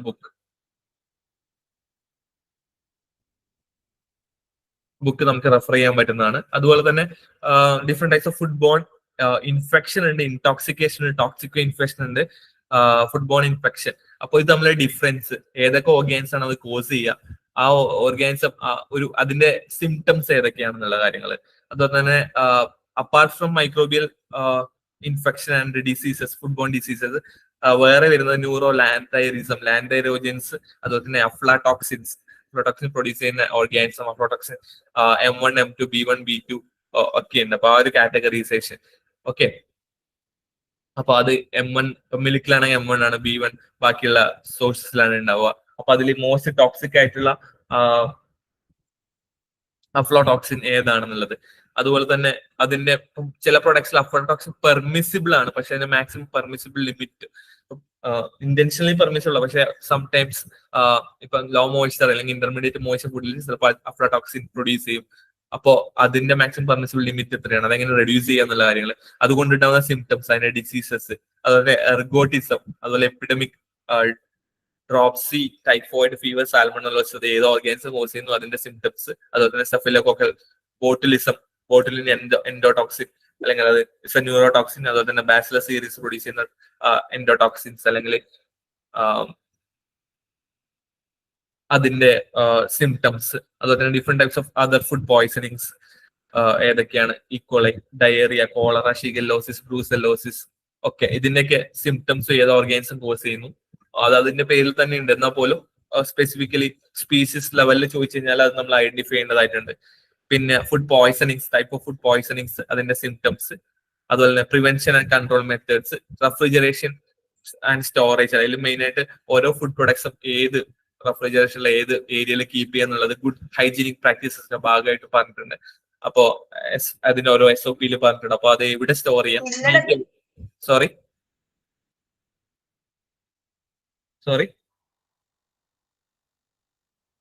ഓക്കെ. അപ്പോ ആർക്കും മ്യൂട്ട് അൺമ്യൂട്ട് ആയി പോയതാണെന്ന് തോന്നുന്നു. ആണോ? Okay okay okay okay. So food poisoning, അതുപോലെ തന്നെ പ്രിവെൻഷൻ ആൻഡ് കൺട്രോൾ, അതുപോലെ തന്നെ റെഫ്രിജറേഷനിലെ പ്രോഡക്ട്സ് ഏതൊക്കെ ലെവലിൽ നമുക്ക് സ്റ്റോർ ചെയ്യാൻ പറ്റുന്നുള്ള കാര്യങ്ങൾ, അത്രയാണ് മെയിൻ ആയിട്ട് ഈ മൈക്രോബയോളജി ആൻഡ് ബയോടെക്നോളജി മെഡിക്കൽ ആസ്പെക്ട്സിൽ മെയിൻ ആയിട്ട് ഉള്ളത്. പിന്നെ ഫുഡ് ഹാൻഡ്ലേഴ്സ്, അതിൽ ഒരുപാട് ഇപ്പോ ഫുഡ് സേഫ്റ്റി ആയിട്ട് റിലേറ്റ് ചെയ്ത ഒരുപാട് കാര്യങ്ങൾ, ഒരുപാട് വാല്യൂസും സ്റ്റാൻഡേർഡ്സും നമുക്ക് ഇതിൽ പറഞ്ഞിട്ടുണ്ട്. ഇപ്പം അഡൾട്രേഷൻ ഓഫ് ഫുഡ്സിൽ ഇപ്പൊ ചിക്കോറി കോഫിയിൽ ആഡ് ചെയ്യും. ചിക്കോറി എന്ന് വെച്ചാൽ ഫോർ എക്സാമ്പിൾ റീസെന്റ് ചോദിച്ച ഒരു എക്സാമിന് ഇപ്പൊ ചിക്കോറി ഏത് പാർട്ട് ഓഫ് പ്ലാന്റ് ആണ് ചിക്കോറി എന്ന് പറയുന്നത്. ഇപ്പം as per Indian FSI standard പ്രകാരം, ഇന്ത്യൻ സ്റ്റാൻഡേർഡ് പ്രകാരം ചിക്കോറി എത്ര % ആഡ് ചെയ്യാന്നുള്ള അതുപോലുള്ള ഒരുപാട് കാര്യങ്ങൾ, അതുപോലെ തന്നെ കുക്ക്ഡ് മീറ്റിൽ ആൻഡ് കുക്ക്ഡ് മീറ്റിൽ, അതുപോലെ തന്നെ ഫുഡ് സ്റ്റഫിന് അതിന്റെ സ്റ്റാൻഡേർഡ്സും, അതുപോലെ തന്നെ സാനിറ്റേഷൻ ഓഫ് ഫുഡ് പ്ലേസസ് എന്താണ്, അതുപോലെ തന്നെ വാട്ടർ സപ്ലൈസ്, അതിന്റെ ക്വാളിഫോം കൗണ്ട്, അല്ലെങ്കിൽ പോർട്ടബിൾ വാട്ടറിന്റെ ക്വാളിഫോം കൗണ്ട്, അല്ലെങ്കിൽ വാട്ടർ സ്പെസിഫിക്കേഷൻ സ്റ്റാൻഡേർഡ്സ് എന്താണ്.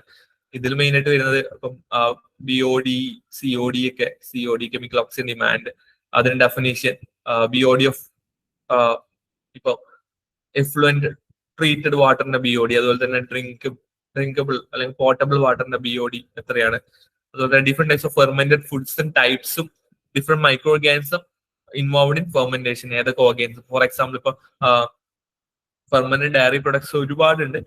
ഇപ്പൊ അത് ഏത് പ്രൊഡക്ട്സ് ആയാലും, ഇപ്പൊ ചീസ് ആണെങ്കിലും യോഗട്ട് ആണെങ്കിലും അല്ലെങ്കിൽ കേർഡ് ആണെങ്കിലും അതിൽ യൂസ് ചെയ്യുന്ന കൾച്ചേഴ്സ് ഏതാണ്, ആ കൾച്ചേഴ്സ് സ്പെസിഫിക്കലി അതിന്റെ ജീനസ് സ്പീഷീസ് എല്ലാം നമുക്ക് അറിഞ്ഞിരിക്കണം.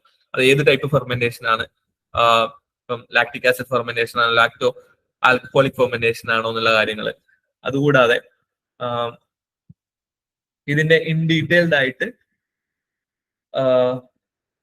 നമ്മൾ ഈ ഓരോ കാര്യങ്ങൾ നമുക്ക് കൃത്യമായിട്ട് നമ്മൾ അറിഞ്ഞിരിക്കേണ്ടതാണ്. അപ്പോൾ ഈ ഓരോ ഫെർമെന്റേഷൻ, ഫോർ എക്സാമ്പിൾ ചോക്ലേറ്റ് ആണെങ്കിൽ അല്ലെങ്കിൽ ഫെർമെന്റഡ് ബീവറേജസ് ആണെങ്കിൽ അതിൽ ഏത് കൾച്ചേഴ്സ് ആണ് യൂസ് ചെയ്യുക എന്നുള്ളത്. അതുപോലെ തന്നെ ഫെർമെന്റഡ് ബീവറേജസിൽ ഇപ്പൊ ആൽക്കഹോളിക് ബീവറേജ് ആണെന്നുണ്ടെങ്കിൽ അതിന്റെ ഓരോന്നിനും ഇപ്പൊ ബിയർ ആണെങ്കിലും വൈൻ ആണെന്നുണ്ടെങ്കിലും അല്ലെങ്കിൽ ഡിസ്റ്റിൽഡ് ബീവറേജ് ആണെങ്കിൽ അതിന്റെ total as per Indian FSI standard പ്രകാരമുള്ള ആൽക്കഹോൾ കണ്ടന്റ് എത്ര എമൗണ്ട് ആണ്. അതുപോലെ സീവേജ് ട്രീറ്റ്മെന്റും അതിന്റെ സ്റ്റെപ്സ്, അല്ലെങ്കിൽ പ്രൈമറി സ്റ്റെപ്സും സെക്കൻഡറി സ്റ്റെപ്സും. അതിൽ ആദ്യം physical method, secondary chemical microbial methods, അതിൽ യൂസ് ചെയ്യുന്ന ഒരുപാട് കെമിക്കൽസ് ഏതൊക്കെയാണ്, അല്ലെങ്കിൽ എയറോബിക് ഫ്ലോട്ടേഷൻ അല്ലെങ്കിൽ എയറോബിക് ഫെർമെന്റേഷൻ, അതിൽ യൂസ് എന്ത് ചേഞ്ചസ് ഉണ്ടാവുക, അതിന്റെ BOD കൂടുക കുറയുക ചെയ്യുക, അല്ലെങ്കിൽ ഏത് സ്റ്റെപ്പിൽ നിന്ന് ഏത് സ്റ്റെപ്പിലേക്ക് എന്തൊക്കെ ചേഞ്ചസ് ഉണ്ടാവുന്നു എന്നുള്ള എല്ലാ കാര്യങ്ങളും സ്പെസിഫിക്കലി ഈ ഒരു പോർഷനിൽ ഇപ്പോഴും മുനിസിപ്പൽ വേസ്റ്റ് വാട്ടർ ഡിസ്പോസൽ അല്ലെങ്കിൽ സീവേജ് ട്രീറ്റ്മെന്റിൽ നമുക്ക് അറിഞ്ഞിരിക്കേണ്ടതായിട്ടുണ്ട്. പിന്നെ different types of enzymes used in food industry ഏതൊക്കെയാണ്, ആ എൻസൈംസ് ഏത് ഓർഗാനിസത്തിൽ നിന്ന് എടുക്കുന്നു അല്ലെങ്കിൽ ഏത് പ്ലാന്റിൽ നിന്ന് എടുക്കുന്നു, ആ എൻസൈംസിന്റെ പർപ്പസ് എന്താണ്. For example alpha amylase, beta amylase, അത് തമ്മിലെ ഡിഫറൻസ്, അതിൽ ഏതാണ് ലിക്വിഫൈങ് എൻസൈം, ഏതാണ് സക്കാരിഫൈങ് എൻസൈംസ്, ഇത്തരത്തിലുള്ള ഒരുപാട് കാര്യങ്ങൾ, ഡിഫറെന്റ് ടൈപ്സ് ഓഫ് എൻസൈംസ് ഏതൊക്കെയാണെന്നുള്ള കാര്യങ്ങൾ നമുക്ക് കറക്റ്റായിട്ട് അറിഞ്ഞിരിക്കണം. അതുപോലെ തന്നെ ഈ ഓരോ എൻസൈംസും അതിന്റെ പർപ്പസ് എന്താ, ഇപ്പൊ പ്രോട്ടിയേസ് ആയാലും പെക്ടിനേസ് ആയാലും എവിടെ യൂസ് ചെയ്യുന്നു, ഇപ്പൊ ജ്യൂസ് ക്ലാരിഫിക്കേഷൻ ഏത് എൻസൈം യൂസ് ചെയ്യുന്നു, അല്ലെങ്കിൽ പ്രോട്ടിയേസ് എൻസൈംസ് എവിടെ യൂസ് ചെയ്യുന്നു, അല്ലെങ്കിൽ സെല്ലുലേസ് എൻസൈംസ് എവിടെ യൂസ് ചെയ്യുന്നു, അല്ലെങ്കിൽ ഇൻവെർട്ടേഴ്സിന്റെ അപ്ലിക്കേഷൻ എവിടെയാണെന്നുള്ള കാര്യങ്ങൾ. ഈ ഓരോ എൻസൈംസും അതിന്റെ industrial use, specially in case of food ഇൻഡസ്ട്രിയുടെ അതിന്റെ യൂസസും പർപ്പസും. പിന്നെ സിംഗിൾ സെൽ പ്രോട്ടീൻ HCP, അതിൽ മൈക്രോബിയൽ പ്രോട്ടീൻസ് ഉണ്ട്, ആൽഗൽ പ്രോട്ടീൻസ് ഉണ്ട്, ഫംഗൽ പ്രോട്ടീൻസ് ഉണ്ട്. അപ്പൊ ഏതൊക്കെ ഓർഗൻസ് ആണ് HCP ആയിട്ട് യൂസ് ചെയ്യുന്നത്, അതിന്റെ ന്യൂക്ലിക് ആസിഡ് കൗണ്ട് എത്രയാണ്, അതിന്റെ അഡ്വാൻറ്റേജ് ഡിസ്അഡ്വാൻറ്റേജ് ഉള്ള കാര്യങ്ങൾ. അതുപോലെ microbial detection of food contamination, അതുപോലെ തന്നെ genetically modified foods and their labelling regulations, അല്ലെങ്കിൽ GMO ഏതൊക്കെയാണ് ജനറ്റിക്കലി മോഡിഫൈഡ് ഓർഗാനിസം, അതുപോലെ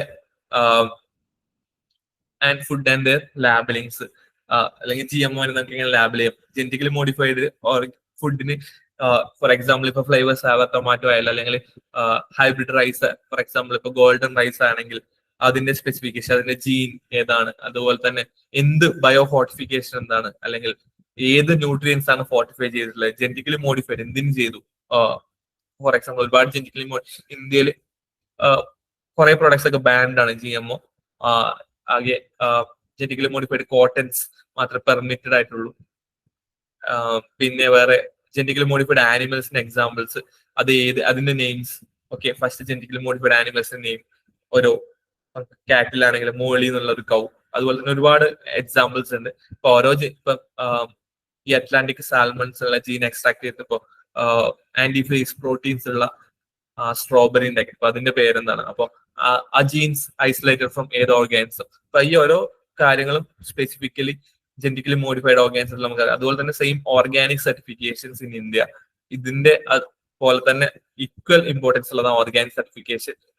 അതിന്റെ റെഗുലേഷൻസ് എന്താണ്, which among the following products, അല്ലെങ്കിൽ which among the following step is essential for getting the organic certification ചോദിച്ചിട്ട് നമുക്ക് അതിൽ ഐഡന്റിഫൈ ചെയ്യണം which is not an organic food, അതിൽ ഏത് പർട്ടിക്കുലർ കൺസ്ട്രെയിൻസ് ഫോളോ ചെയ്യുന്ന പ്രൊഡക്റ്റ് ആയിരിക്കും ഓർഗാനിക്, അല്ലെങ്കിൽ അത് ഓർഗാനിക് എന്ന് പറയാൻ പറ്റുമോ എന്നുള്ള കാര്യങ്ങൾ. അപ്പൊ അതിന് ഒരുപാട് കൺസ്ട്രെയിൻസ് അല്ലെങ്കിൽ ഇമ്പോർട്ടന്റ് പാരാമീറ്റേഴ്സ് ഉണ്ട്, ഓർഗാനിക് ഫുഡ് ആണോ അല്ലയോ എന്നുള്ളത് ഡിസൈഡ് ചെയ്യുന്ന ഒരുപാട് പാരാമീറ്റേഴ്സ് ഉണ്ട്. അപ്പൊ ആ പാരാമീറ്റേഴ്സ് മൊത്തം നമ്മൾ കൃത്യമായിട്ട് അറിഞ്ഞിരിക്കേണ്ടതുണ്ട്. അതുപോലെ തന്നെ മോളിക്കുലാർ ഡിറ്റക്ഷൻ, അതിലിപ്പോ എലിസ ടെക്നിക്സ് ആയാലും PCR ആയാലും അതിന്റെ സ്റ്റെപ്സും, അതുപോലെ തന്നെ ഏത് എൻസൈംസ് യൂസ് ചെയ്യുന്നു, എന്തിനത് യൂസ് ചെയ്യുന്നു, PCR ആണെങ്കിൽ ഓരോ സ്റ്റെപ്സിലുള്ള ടെമ്പറേച്ചേഴ്സ് റേഞ്ച് എത്രയാണെന്നുള്ള കാര്യങ്ങൾ. അതുപോലെ other molecular detection, SDS based techniques ആണെങ്കിലും അതെന്തിനു യൂസ് ചെയ്യുന്നു, അതിന്റെ പൊട്ടൻഷ്യൽ ഡിഫറൻസ് നമ്മൾ എവിടെ കൊടുക്കുന്നു. അതുപോലെ തന്നെ ജെൽ ഇലക്ട്രോഫോറസിസ് ആണെങ്കിൽ അതിന്റെ ഇമ്പോർട്ടൻസ്. അപ്പൊ അത്രയും കാര്യങ്ങളാണ് മെയിൻ ആയിട്ട് മോളിക്കുലാർ ഡിറ്റക്ഷൻ. അതുപോലെ തന്നെ ജനറ്റിക്കലി മോഡിഫൈഡ് ഫുഡ്സിലും അതുപോലെ തന്നെ labelling regulation as per FSI standard പ്രകാരമുള്ള labelling for genetically modified. Not only labelling regulations മൊത്തം നമ്മൾ അറിഞ്ഞിരിക്കണം, അതിൽ ഏത് വേണമെങ്കിൽ നമുക്ക് ചോദിക്കാം. Not only for genetically modified foods, അതിൽ വേണ്ട കൺസ്ട്രെയിൻസ് ഏതാണ്, അതുപോലെ തന്നെ ഇപ്പം അലർജൻസ് ഉണ്ടെങ്കിൽ അലർജൻസിനെ എങ്ങനെ ലാബിൽ ചെയ്യാം, അല്ലെങ്കിൽ ഒരു for example central food safety ഓഫീസറിന്റെ ക്വസ്റ്റ്യൻ നിങ്ങൾ നോക്കിയാൽ മനസ്സിലാവും. അതിൽ which among the following is a method to give, അല്ലെങ്കിൽ എങ്ങനെ ഏത് സെന്റൻസ് ആണ് താഴെ കൊടുത്തിരിക്കുന്നതിൽ ഏത് സെന്റൻസ് ആണ് ഇപ്പോ പീനട്ട് അലർജിയുള്ള ആൾക്കാർക്ക് വേണ്ടി എങ്ങനെ നമുക്ക് അതിനെ റെപ്രസെന്റ് ചെയ്യാം, ആ മെത്തേഡ്സ്. അപ്പൊ ഒരുപാട് സെന്റൻസ് കൊടുത്തിട്ടുണ്ടാവും, അതിൽ ഏതാണ് കറക്റ്റ് എന്ന് പറയുന്നത്. ഇപ്പൊ ഈ ഫുഡ് പ്രൊഡക്ട്സ് അലർജൻ കണ്ടെയ്ൻ ചെയ്യുന്നുണ്ടെങ്കിൽ അത് എങ്ങനെ റെപ്രസെന്റ് ചെയ്യാന്നുള്ളത്. അപ്പൊ അതിന് ഒരുപാട് റൂൾസ് ആൻഡ് റെഗുലേഷൻസ് ഉണ്ട്. ആ ഒരു സെന്റൻസ് ഫോർമുലേഷൻ ആയാലും അല്ലെങ്കിൽ അതിന്റെ ലാബലിംഗ് പ്രാക്ടീസ് ആയാലും അതിൽ എന്തൊക്കെ കൊടുത്തിരിക്കണം എന്നുള്ളത്. അപ്പോ അത് ഏത് ടൈപ്പ് സിമ്പിളാ കൊടുക്കുക എന്നുള്ള കാര്യങ്ങൾ, അങ്ങനെ ഒരുപാട് കൺസ്ട്രെയിൻസ് അതിൽ വരുന്നുണ്ട്. അപ്പോ അതൊക്കെ നമ്മൾ കൃത്യമായിട്ട് as per the rules and regulation FSIയുടെ സ്റ്റാൻഡേർഡ് പ്രകാരം പറഞ്ഞിരിക്കുന്നതാണ് സ്പെസിഫിക്കലി നമ്മൾ അറിഞ്ഞിരിക്കേണ്ടത്. പിന്നെ അഗ്രികൾച്ചർ സയൻസിൽ അഗ്രികൾച്ചർ സയൻസ് എന്നുള്ള വെറുതെ ഒരു പേര് മാത്രമേ ഉള്ളൂ. നമ്മൾ ഏതൊക്കെ പറഞ്ഞ വെറ്റിനറി സയൻസ് പറഞ്ഞ പോലെ ചുമ്മാ അതില് അഗ്രികൾച്ചർ സയൻസ് മൊത്തം ഒന്നും കവേർഡ് അല്ല. മെയിൻ ആയിട്ട് ഇവിടെ ഫ്രൂട്ട് ആൻഡ് വെജിറ്റബിൾസ് പ്രോസസ്സിംഗ് അതുപോലെ തന്നെ സീരിയൽ പ്രോസസ്സിംഗിന്റെ ബേസിക്സ് ആയിട്ടുള്ള കാര്യങ്ങൾ മാത്രമാണ് അഗ്രികൾച്ചർ അഗ്രികൾച്ചർ സയൻസിൽ കൊടുത്തിട്ടുള്ളത്. അതിൽ ഫസ്റ്റ് വരുന്നത് പോസ്റ്റ് ഹാർവസ്റ്റ് ഹാൻഡ്ലിംഗ് ആണ്. അതിൽ മെയിൻ ആയിട്ട് വരുന്നത് മെച്യൂരിറ്റി ഇൻഡിസസ്, റൈപ്പനിങ് സയൻസസ് എന്താണ്, റൈപ്പനിങ്സ് ആൻഡ് സെനിസൻസ് ഇൻ സീരിയൽസ്, അതുപോലെ തന്നെ പൾസസ്. മെച്യൂരിറ്റി ഇൻഡിസസ് ആണ് മെയിൻ ആയിട്ട് നമുക്ക് അതിൽ അറിഞ്ഞിരിക്കുന്നത്. അതുപോലെ തന്നെ റൈപ്പനിങ്സിന് യൂസ് ചെയ്യുന്ന എൻസൈംസ്, ഇപ്പം എത്തിലിംഗ് ഹോർമോൺസ്, റൈപ്പനിങ് ഹോർമോൺസ്, അതുപോലെ തന്നെ ചേഞ്ചസ് ഡ്യൂറിങ് റൈപ്പനിങ്, അതുപോലെ തന്നെ സെനിസെൻ സ്റ്റേജ്, റൈപ്പനിങ് ടു സെൻസസ് ഉണ്ടാവുന്ന ഡിഫറൻസ് അല്ലെങ്കിൽ ഫിസിക്കോ കെമിക്കൽ ചേഞ്ചസ് ഏതൊക്കെയാണ്, അതുപോലെ തന്നെ അതിപ്പം ഫ്രൂട്ട്സ് ആൻഡ് വെജിറ്റബിൾസിലായാലും സീരിയൽസിലായാലും നമ്മുടെ ഡിഫറൻസ്, അതുപോലെ ഹാർവസ്റ്റിംഗ് മോയ്സ്ചർ കണ്ടന്റ്, അതുപോലെ തന്നെ processing moisture content, milling moisture content എത്രയാണ്, അതുപോലെ തന്നെ പൾസസിന്റെ പ്രോസസിംഗ്, പൾസസിന്റെ ഈ സീരിയൽസ് ആയാലും പൾസ് ആയാലും ഫ്രൂട്ട് ആൻഡ് വെജിറ്റബിൾസ് ആയാലും അതിന്റെ റൈപ്പനിങ്സ് ആൻഡ് സെനിസൻസ് തമ്മിലെ ഡിഫറൻസ്, അതിൽ എന്തൊക്കെ ചേഞ്ചസ് ഉണ്ടാവും എന്നുള്ള കാര്യങ്ങൾ, അതിൽ സ്റ്റാർച്ച് കണ്ടന്റ് കൂടുകയോ കുറയോ, അല്ലെങ്കിൽ ഡ്യൂറിങ് സ്റ്റോറേജ് ആണോ കൂടുകയോ കുറയോ ചെയ്യുന്നത് എന്നുള്ള കാര്യങ്ങൾ, അതുപോലെ തന്നെ maturity index of different fruit and വെജിറ്റബിൾസിൽ ഓരോ മെച്യൂരിറ്റി ഇൻഡെക്സ് നമുക്ക് കൃത്യമായിട്ട് അറിഞ്ഞിരിക്കണം. ഇപ്പം റോഡ് ആൻഡ് ഷോൾഡർ ആണെങ്കിൽ, അല്ലെങ്കിൽ അതിന്റെ കളർ ചേഞ്ചസ് ആണെങ്കിൽ, അല്ലെങ്കിൽ ബനാന ആണെങ്കിൽ അതിന്റെ ആംഗിളിലുള്ള ഡിഫറൻസ്, ആ ഓരോ അതിന്റെ TSSലുള്ള ഷുഗർ ആസിഡ് കണ്ടന്റ് അല്ലെങ്കിൽ sugar acid ratio of different fruit and vegetables during harvesting എത്രയായിരിക്കും എന്നുള്ള കാര്യങ്ങൾ. അങ്ങനെ ഓരോ ഫ്രൂട്ട് ആൻഡ് വെജിറ്റബിൾസിനും ആയാലും ഏതൊരു അഗ്രികൾച്ചർ കമ്മോഡിറ്റിയാണെങ്കിലും അതിന്റെ മെച്യൂരിറ്റി ഇൻഡിസസ് കൃത്യമായിട്ട് പറഞ്ഞിട്ടുണ്ട്. അപ്പൊ ആ ഇൻഡെക്സ് എന്താണെന്നുള്ളതാണ് നമ്മൾ ഓരോ പ്രൊഡക്ട്സിനെയും നമ്മൾ കൃത്യമായിട്ട് അറിഞ്ഞിരിക്കേണ്ടത്. അതുപോലെ തന്നെ പോസ്റ്റ് ഹാർവെസ്റ്റ് ലോസസ് എന്താണ്, ഇന്ത്യയിലുള്ള ടോട്ടൽ പോസ്റ്റ് ഹാർവെസ്റ്റ് ലോസ് എത്രയാണ്, അത് എങ്ങനെ ഉണ്ടാവുന്നു, phases of post harvest losses ഏതൊക്കെ, വിച്ച് ഓഫ് ദ ഫോളോയിങ് സ്റ്റെപ്പിലാണ്. ഇപ്പം for example the most post-harvest losses occurs during which of the following stages, അതിൽ ഹാർവെസ്റ്റിംഗ് സ്റ്റേജിലാണോ അല്ലെങ്കിൽ ട്രാൻസ്പോർട്ടേഷനിലാണോ എന്നുള്ള കാര്യങ്ങൾ നമ്മൾ അറിഞ്ഞിരിക്കണം. അതുപോലെ തന്നെ എന്തൊക്കെ മെത്തേഡ്സ് ഉണ്ട് പോസ്റ്റ് ഹാർവെസ്റ്റ്. ഇപ്പൊ minimally processing of food products അത് വൺ ഓഫ് ദി എക്സാമ്പിൾ ആണ് പോസ്റ്റ് ഹാർവെസ്റ്റ് ലോസസ് കുറയ്ക്കാനുള്ള. വേറെ എന്തൊക്കെ methods methodologies post harvest losses കുറയ്ക്കാൻ വേണ്ടി നമ്മൾ ചെയ്യുന്നുണ്ട് എന്നുള്ള കാര്യങ്ങൾ. അതുപോലെ തന്നെ different equipments for grading of food products, അല്ലെങ്കിൽ equipment for grading of fruit and vegetables ഏതൊക്കെ എക്യുപ്മെന്റ്സ് നമ്മൾ സാധാരണയായിട്ട് ഉപയോഗിക്കുന്നുള്ളത്. അതുപോലെ സ്റ്റോറേജ്, ഡിഫറെന്റ് സ്റ്റോറേജ് സ്ട്രക്ചേഴ്സ് എന്താണ്, storage temperature of different fruit and vegetables, അതുപോലെ സീരിയൽസും പൾസസിന്റെ storage temperature, storage moisture content. അതുപോലെ തന്നെ ഒരുപാട് traditional and improved storage structures ഉണ്ട്. ഓരോ സ്റ്റോറേജ് സ്ട്രക്ചേഴ്സിന്റെ ഡിസൈൻ ക്യാരക്ടറിസ്റ്റിക്സ് നമ്മൾ അറിഞ്ഞിരിക്കണം. അത് ഏത് രാജ്യം ഡെവലപ്പ് ചെയ്ത് അല്ലെങ്കിൽ ഏത് ഇൻസ്റ്റിറ്റ്യൂട്ട് ഡെവലപ്പ് ചെയ്ത സ്റ്റോറേജ് സ്ട്രക്ചർ ആണ്, അല്ലെങ്കിൽ ഏത് സ്റ്റേറ്റിലുള്ള കോമൺ സ്റ്റോറേജ് സ്ട്രക്ചർ ആണ് ആ പർട്ടിക്കുലർ, അല്ലെങ്കിൽ ആ സ്റ്റോറേജ് സ്ട്രക്ചർ ഏത് ടൈപ്പ് ഓഫ് കമ്മോഡിറ്റിനെ സ്റ്റോർ ചെയ്യാൻ വേണ്ടി യൂസ് ചെയ്യും എന്നുള്ള കാര്യങ്ങൾ. അപ്പൊ അത്രയാണ് മെയിൻ സ്റ്റോറേജ് സ്ട്രക്ചേഴ്സ് റിലേറ്റഡ് ആയിട്ടുള്ള ക്വസ്റ്റ്യൻസ് നമുക്ക് എക്സ്പെക്ട് ചെയ്യാൻ പറ്റുന്നത്. അല്ലെങ്കിൽ ആ സ്റ്റോറേജ് സ്ട്രക്ചേഴ്സ് ഏത് മെറ്റലിനെ കൊണ്ട് ഉണ്ടാക്കിയിരിക്കുന്നു, അല്ലെങ്കിൽ ഏത് അഗ്രികൾച്ചറൽ മെറ്റീരിയൽ കൊണ്ട് ഉണ്ടാക്കിയിരിക്കുന്ന സ്റ്റോറേജ് സ്ട്രക്ചർ ആണെന്നുള്ള കാര്യങ്ങൾ. അതുപോലെ തന്നെ സ്റ്റോറേജ് റെഗുലേഷൻസ് നമ്മൾ അറിഞ്ഞിരിക്കണം. അതുപോലെ തന്നെ അതിന്റെ കോണ്ടാക്ട് ആംഗിൾ ഉണ്ടെങ്കിൽ ആ ഒരു സ്റ്റോറേജ് സ്ട്രക്ചേഴ്സിന്റെ ആംഗിൾ, സ്ലോപ്പ് ആംഗിൾ, അല്ലെങ്കിൽ ആംഗിൾ ഓഫ് റീപോസ്, അങ്ങനെ ഒരുപാട് പാരാമീറ്റേഴ്സ് ഉണ്ട് സ്റ്റോറേജ് സ്ട്രക്ചർ ഡിസൈൻസിൽ. അപ്പൊ ആ ആംഗിൾസിന്റെ വാല്യൂ അതൊക്കെയാണ് മെയിൻ ആയിട്ട് ഇമ്പോർട്ടന്റ് ആയിട്ട് വരുന്നത്. അതിൽ മെയിൻ ആയിട്ട് നമ്മൾ പറഞ്ഞു traditional, improved and modern storage structures.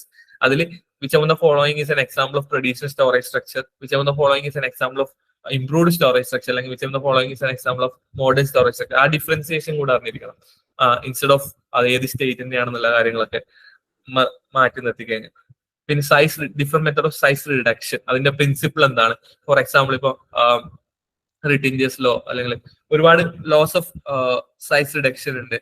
അപ്പൊ ആ ഓരോ ലോസും അത് ഇപ്പൊ അത് കോഴ്സ് മെറ്റീരിയൽ ആണോ, ഫൈൻ മെറ്റീരിയൽ ആണോ, അല്ലെങ്കിൽ റഫ് ആയിട്ടുള്ള സൈസ് റിഡക്ഷൻ ആണോ എന്നുള്ള കാര്യങ്ങൾ. അപ്പൊ ഓരോ ലോസും അതിന്റെ പ്രിൻസിപ്പിൾ, അതിന്റെ ഇക്വേഷൻസ് ജസ്റ്റ് ഒന്ന് അറിഞ്ഞിരിക്കേണ്ടതാണ് as per agriculture rules and റെഗുലേഷൻസിൽ, അഗ്രികൾച്ചർ സ്റ്റാൻഡേർഡ് വെച്ച് നോക്കി കഴിഞ്ഞാൽ. അതുപോലെ തന്നെ അതിന് യൂസ് ചെയ്യുന്ന സൈസ് റിഡക്ഷൻ യൂസ് ചെയ്യുന്ന ഡിഫറെന്റ് ടൈപ്സ് ഓഫ് മിൽസ്, അതിൽ വരുന്ന ഫോഴ്സസ്, ഇപ്പൊ ഇമ്പാക്ട് ഫോഴ്സ് ആണോ അല്ലെങ്കിൽ ഫ്രിക്ഷണൽ ഫോഴ്സ് ആണോ എന്നുള്ള ആ ഓരോ different types of forces which involved in ഓരോ സൈസ് റിഡക്ഷൻ ഏതൊക്കെയാണെന്നില്ല. അതുപോലെ തന്നെ എഡിബിൾ മഷ്റൂം ഏതാണ്, examples of edible mushroom specifically ഒരുപാട് എക്സാമിൽ ചോദിച്ച് കണ്ടിട്ടുള്ളതാണ്. അതിന്റെ ജീനസും സ്പീഷീസും അതുപോലെ തന്നെ അത് ഏത് രാജ്യത്ത് കണ്ടുവരുന്നു എന്നുള്ള കാര്യങ്ങൾ, ഇന്ത്യയിലുള്ളോ അവൈലബിൾ ആണോ അല്ലയോ എന്നുള്ള കാര്യങ്ങൾ. അതുപോലെ തന്നെ stored products pest and their pest management എങ്ങനെ ചെയ്യാം എന്നുള്ള കാര്യം. പെസ്റ്റ് മാനേജ്മെന്റ് വളരെ ഇമ്പോർട്ടന്റ് ആയിട്ടുള്ള ഒരു പോർഷൻ ആണ് അഗ്രികൾച്ചർ സയൻസസിൽ വരുന്നതിൽ.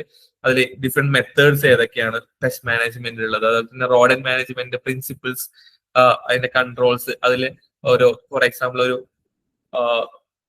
കോർണേഴ്സ് ഒരു സ്റ്റോറേജ് ഏരിയയിലെടുത്ത്, അല്ലെങ്കിൽ നമുക്കറിയാം ഫുഡ് കോർപ്പറേഷൻ ഓഫ് ഇന്ത്യയിൽ ഒരുപാട് സ്റ്റോറേജ് ഏരിയ ഉണ്ട്. അപ്പൊ അവിടെ ഈ റോഡ് അല്ലെങ്കിൽ പെസ്റ്റ് മാനേജ്മെന്റിൽ യൂസ് ചെയ്യുന്ന ഒരുപാട് ടൂൾസ് ഏതൊക്കെയാണ്, പ്രിൻസിപ്പിൾ ഏതാണ്, അതുപോലെ തന്നെ ഫ്യൂമിഗേഷൻ ചെയ്യുമ്പോൾ ഏതൊക്കെ ടൈപ്പ് ഓഫ് ഫ്യൂമിഗേറ്റ്സ് യൂസ് ചെയ്യുക, ക്രോണിക് പോയിസണിങ് അല്ലെങ്കിൽ അക്യൂട്ട് പോയിസണിങ് എന്താണ്, ഏതൊക്കെ മെറ്റീരിയൽസ് നമ്മൾ ഫുഡ് ആയിട്ട് റിലേറ്റഡ് ചെയ്തിട്ടുള്ള സ്റ്റോറേജ് സ്ട്രക്ചേഴ്സിൽ നമ്മൾ യൂസ് ചെയ്യുന്ന ഒരുപാട് റോഡന്റിസൈഡ്സിന് എക്സാമ്പിൾസ്, അതുപോലെ തന്നെ ഫ്യൂമിഗേഷൻ, ഡിഫറെന്റ് ഫ്യൂമിഗേഷൻ മെത്തേഡ്സ് അല്ല baiting and rat proofing techniques ഏതൊക്കെയാണ്. Which of the following is an example of A rat proofing ചോദിച്ചു കഴിഞ്ഞാൽ അതിൽ ഒരുപാട് മെത്തേഡ്സ് ഉണ്ട്. അപ്പൊ ഓരോ മെത്തേഡ്സും കൃത്യമായിട്ട് നമ്മൾ ഇതിൽ അറിഞ്ഞിരിക്കേണ്ടതായിട്ടുണ്ട്. പിന്നെ മെയിൻ ആയിട്ട് വരുന്ന ലാസ്റ്റ് 3 പോർഷൻ ആണ് constitution, civil rights, mental ability and test റീസണിങ്ങും, അതുപോലെ തന്നെ ജനറൽ ഇംഗ്ലീഷും. ഈ 3 പോർഷൻസ് എടുത്തു കഴിഞ്ഞാൽ നമുക്കറിയാം ഇത് എല്ലാ എക്സാംസിനും കോമൺ ആയിട്ടുള്ള പോർഷൻ ആണ്. പ്രത്യേകിച്ച് നമ്മൾ ഡിസ്കസ് ചെയ്യേണ്ട ആവശ്യമില്ല. കോൺസ്റ്റിറ്റ്യൂഷൻ ആയാലും സിവിൽ റൈറ്റ് ആയാലും മെന്റൽ എബിലിറ്റി ടെസ്റ്റ് റീസണിങ് ആയാലും അതുപോലെ തന്നെ ജനറൽ ഇംഗ്ലീഷ് ആയാലും എല്ലാത്തിലും കോമൺ ആയിട്ടുള്ള ഒരു പോർഷൻസ് തന്നെയാണ്. അതിലെല്ലാത്തിലും ബാക്കി എല്ലാ ഇപ്പൊ ഇത് ഈ ഒരു 3 പോർഷൻ പഠിക്കാനായിട്ട് ബാക്കി എല്ലാ PSC എക്സാംസിന്റെ ഈ പോർഷൻസ് വരുന്ന ആ ഭാഗത്തെ ക്വസ്റ്റ്യൻസ് മാത്രം എടുത്ത് ആ previous year question paper solve ചെയ്താൽ മാത്രം തന്നെ നമുക്ക് ഓൾമോസ്റ്റ് ഇതിൽ ഫുൾ സ്കോർ ചെയ്യാൻ പറ്റുന്നതാണ് മെയിൻ ആയിട്ട്. അപ്പൊ ആ ഒരുവിധം റിപ്പീറ്റഡ് ക്വസ്റ്റ്യൻ വന്നിട്ടില്ലെങ്കിൽ പോലും സിമിലർ പാറ്റേണിൽ വേറെ രീതിയിൽ തിരിച്ചും മറിച്ചിട്ടൊക്കെയാണ് ഈ ഒരു ഇതിൽ സാധാരണയായിട്ട് ചോദിക്കാറുള്ളത്. നമുക്ക് ഒരുവിധം പ്രീവിയസ് ഇയർ ക്വസ്റ്റ്യൻ പേപ്പർ ഒരുപാടുണ്ട് PSC, ഒരുപാട് എക്സാംസിന്റെ. അതെല്ലാം നമ്മളൊന്ന് റിവൈസ് ചെയ്താൽ തന്നെ സുഖമായിട്ട് ഈ ഒരു 3 ജനറൽ ഇംഗ്ലീഷ് ആയാലും കോൺസ്റ്റിറ്റ്യൂഷൻ, സിവിൽ റൈറ്റ് ആയാലും മെന്റൽ എബിലിറ്റി നമുക്ക് സ്കോർ ചെയ്യാൻ പറ്റുന്നതാണ്. പിന്നെ ലാസ്റ്റ് ഇയർ ട്രെൻഡ് എടുത്ത് നോക്കി ഞാൻ 2015 ഫുഡ് സേഫ്റ്റി ഓഫീസർ ആണെങ്കിലും 2020 നടന്ന 19 നോട്ടിഫിക്കേഷൻ വന്ന് 2020 നടന്ന എക്സാം ആണെങ്കിൽ നമുക്ക് ബേസിക് ക്വസ്റ്റ്യൻസ് ആണ് ഓൾമോസ്റ്റ് 50% വന്നത്. അതുകൊണ്ട് തന്നെയാണ് ലാസ്റ്റ് ഇയർ കട്ട് ഓഫ് 58 ആയിട്ട് ഉണ്ടായിരുന്നത്. അതുപോലെ പ്രോബ്ലമാറ്റിക് ക്വസ്റ്റ്യൻസ് എടുത്തു കഴിഞ്ഞാൽ ഓൾമോസ്റ്റ് ഒരു 50% ക്വസ്റ്റ്യൻ മാത്രമേ കുറച്ച് പ്രോബ്ലമാറ്റിക് ആയിട്ടുള്ള ക്വസ്റ്റ്യൻസ് ചോദിച്ചുള്ളൂ. ന്യൂമറിക്കൽ പ്രോബ്ലംസ് അല്ല, എന്നാലും ക്വൈറ്റ് കൺഫ്യൂസിംഗ് ആയിട്ടുള്ളത്. സ്റ്റേറ്റ്മെന്റ് ടൈപ്പ് ക്വസ്റ്റ്യൻസ് അല്ലെങ്കിൽ മൾട്ടിപ്പിൾ സെലക്ട് ഡയറക്റ്റ് പറയാൻ പറ്റില്ല, ABC അല്ലെങ്കിൽ AB എന്നൊക്കെ പറഞ്ഞിട്ട് വരുന്ന ക്വസ്റ്റ്യൻസ് ഉണ്ടല്ലോ, സ്റ്റേറ്റ്മെന്റ് ടൈപ്പ് ക്വസ്റ്റ്യൻസ്. അപ്പൊ അത് മെയിൻ ആയിട്ട് ചോദിച്ചാൽ മാക്സിമം ഒരു 5%, മാക്സിമം നമുക്കത് 10% കൂടുതലൊന്നും ചോദിക്കാൻ ചാൻസ് ഇല്ല. നമുക്ക് റീസെന്റ് PSCയുടെ ആ ഒരു ട്രെൻഡ് അതിലേക്ക് വന്ന് തുടങ്ങിയിട്ടേ ഉള്ളൂ. എന്നാലും അധികം ക്വസ്റ്റ്യൻസ് അങ്ങനെ ചോദിക്കാറില്ല എന്നാണ് ബാക്കി എല്ലാ എക്സാംസിന്റെയും ക്വസ്റ്റ്യൻ പേപ്പർ നമ്മൾ ജനറൽ ആയിട്ട് അനലൈസ് ചെയ്യുമ്പോൾ നമുക്ക് മനസ്സിലാക്കാൻ പറ്റുന്നത്. ടൈം കൺസ്യൂമിങ് ക്വസ്റ്റ്യൻസ് മെയിൻ ആയിട്ട് ഈ മെന്റൽ എബിലിറ്റി അല്ലെങ്കിൽ റീസണിങ്സും അതുപോലെ തന്നെ ഇംഗ്ലീഷിലൊക്കെയാണ് കുറച്ച് ടൈം കൺസ്യൂം ആയിട്ട്.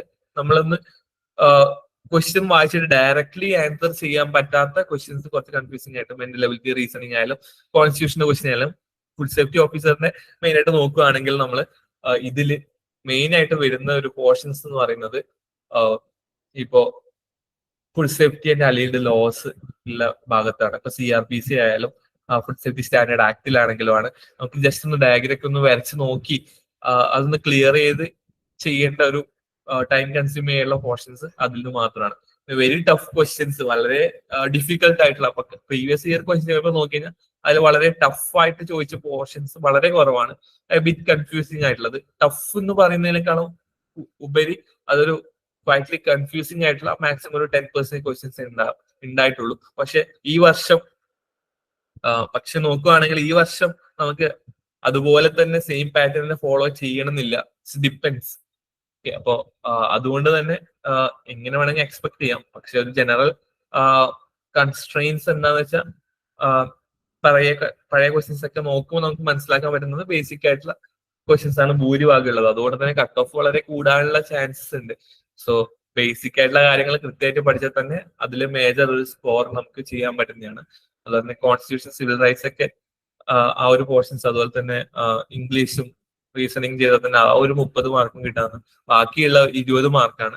അത് മെയിൻ ആയിട്ട് ഈ food safety and allied laws ഉള്ള ഭാഗത്തു നിന്നാണ് നമുക്ക് ആ ഒരു 20 മാർക്സ് നമുക്ക് എക്സ്പെക്ട് ചെയ്യാൻ പറ്റുന്നത്. അതുപോലെ തന്നെ മൈക്രോബയോളജി റിലേറ്റഡ് ആയിട്ടുള്ള ഇപ്പം ഡിഫറെന്റ് ടെസ്റ്റും അനാലിസിസും അതുപോലെ തന്നെ സ്റ്റാൻഡേർഡ്സ്, FSI സ്റ്റാൻഡേർഡ്സ് ഒക്കെയാണ് ബാക്കിയുള്ള ആ ഒരു 20 മാർക്സ്. നമുക്ക് വേണമെങ്കിൽ ടോട്ടൽ ഒരു ഔട്ട്ലുക്ക് എടുത്തു കഴിഞ്ഞാൽ നമുക്ക് ഇതിൽ പറയാൻ പറ്റുന്നത്. അപ്പൊ food technology, dairy technology, agriculture science എന്നൊക്കെ മെയിൻ ആയിട്ട് ഈ ബേസിക് ക്വസ്റ്റ്യൻസ് ആണ് നമ്മൾ കണ്ടുവന്നിട്ടുള്ളത്.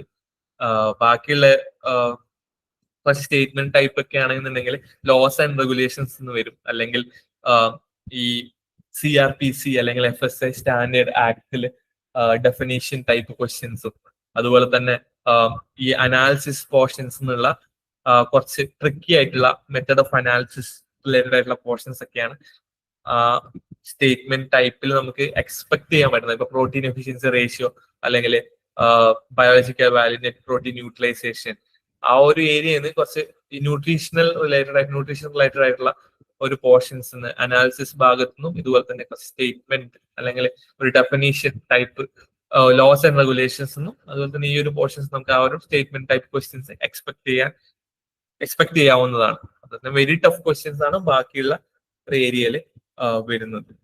പിന്നെ റെഫറൻസ് വളരെ ഇമ്പോർട്ടന്റ് ആയിട്ടുള്ള ഒരു പോർഷൻ ആണ് റെഫറൻസ്.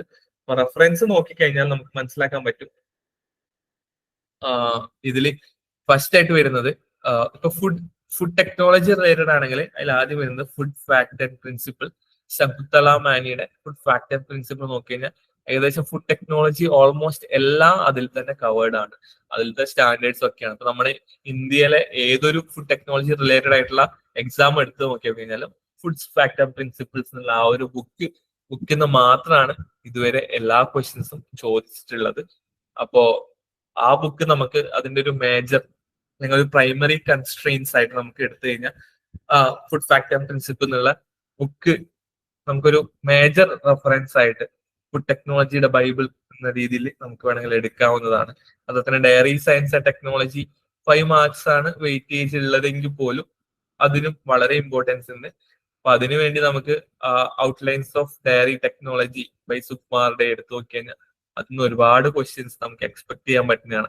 അതുപോലെ ഫുഡ് മൈക്രോബയോളജി, സ്പോയിലേജ് ആണെങ്കിലും അത് മൈക്രോബിയൽ സ്പോയിലേജ്, മൈക്രോബിയൽ സ്റ്റാൻഡേർഡ്സ്, അതുപോലെ തന്നെ contaminations, food spoilage, food standards ഒക്കെ നോക്കി കഴിഞ്ഞാൽ അത് റിലേറ്റ് ചെയ്ത ബാക്കി എല്ലാ മൈക്രോബിയൽ സ്പെസിഫിക്കേഷൻ ഫോർ ഫുഡ്സ് ഒക്കെ നോക്കി കഴിഞ്ഞാൽ ഇതൊക്കെ ഇൻക്ലൂഡ് ചെയ്തത് വില്യം ഫ്രേസിയറുടെ ഫുഡ് മൈക്രോബയോളജി എന്നുള്ള ബുക്കാണ്. അപ്പൊ അത് നമുക്കൊരു മേജർ റെഫറൻസ് ആയിട്ട് ഒരുവിധം എല്ലാ കോമ്പറ്റീവ് എക്സാമിനും കൊടുത്തിട്ടുള്ള ഒരു മേജർ റെഫറൻസ് ആണ്. അപ്പൊ അത് നമുക്ക് എടുക്കാവുന്നതാണ്.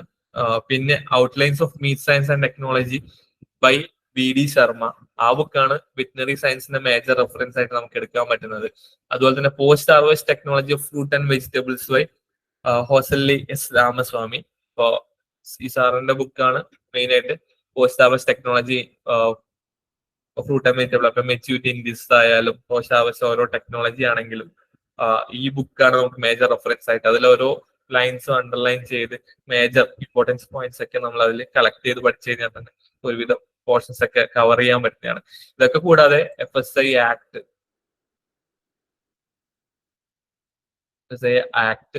2006 നമുക്ക് വാങ്ങാൻ കിട്ടുന്നതാണ്. അപ്പൊ ആ ആക്ട് കംപ്ലീറ്റ് ആയിട്ട് അരച്ച് കലക്കി കുടിക്കേണ്ടതായിട്ടുണ്ട്. അതുപോലെ തന്നെ CRPC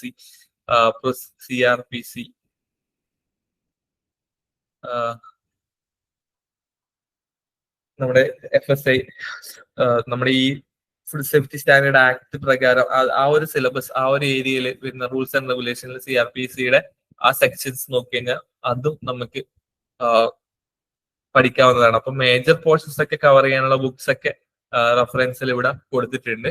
പിന്നെ ഇത് കൂടാതെ മെയിൻ ആയിട്ട് നമ്മൾ ഈ previous year question paper cover ചെയ്താൽ തന്നെ ഒരുവിധം general aptitude, mental ability, constitution ഒക്കെ നമുക്ക് കവർ ചെയ്യാൻ പറ്റുന്നതാണ്. ഇത്രയാണ് മെയിൻ ആയിട്ട് നമുക്ക് പഠിക്കാനുള്ളത്. പിന്നെ നമുക്ക് എക്സാമിന് എങ്ങനെ പ്രിപ്പയർ ചെയ്യാന്നുള്ള കാര്യങ്ങൾ നമുക്ക് എല്ലാവർക്കും അറിയാം. പിന്നെ എങ്ങനെ പ്ലാൻ ചെയ്യാന്നല്ല, എക്സാമിന് എങ്ങനെ പ്ലാൻ ചെയ്യാം. അപ്പോൾ ഈ എല്ലാ ഫസ്റ്റ് ഓഫ് ഓൾ നമ്മൾ ഇത് എല്ലാ നോട്ട്സും കൃത്യമായിട്ട് ഏതൊക്കെ ടൈറ്റിൽസിന്റെ അണ്ടറിൽ എന്തൊക്കെ കൺസ്ട്രെയിൻസ് വന്നിട്ടുണ്ട് എന്നുള്ളത് അപ്പൊ നോട്ട്സ് കൃത്യമായിട്ട് നമുക്ക് കിട്ടിയിരിക്കേണ്ടതാണ്.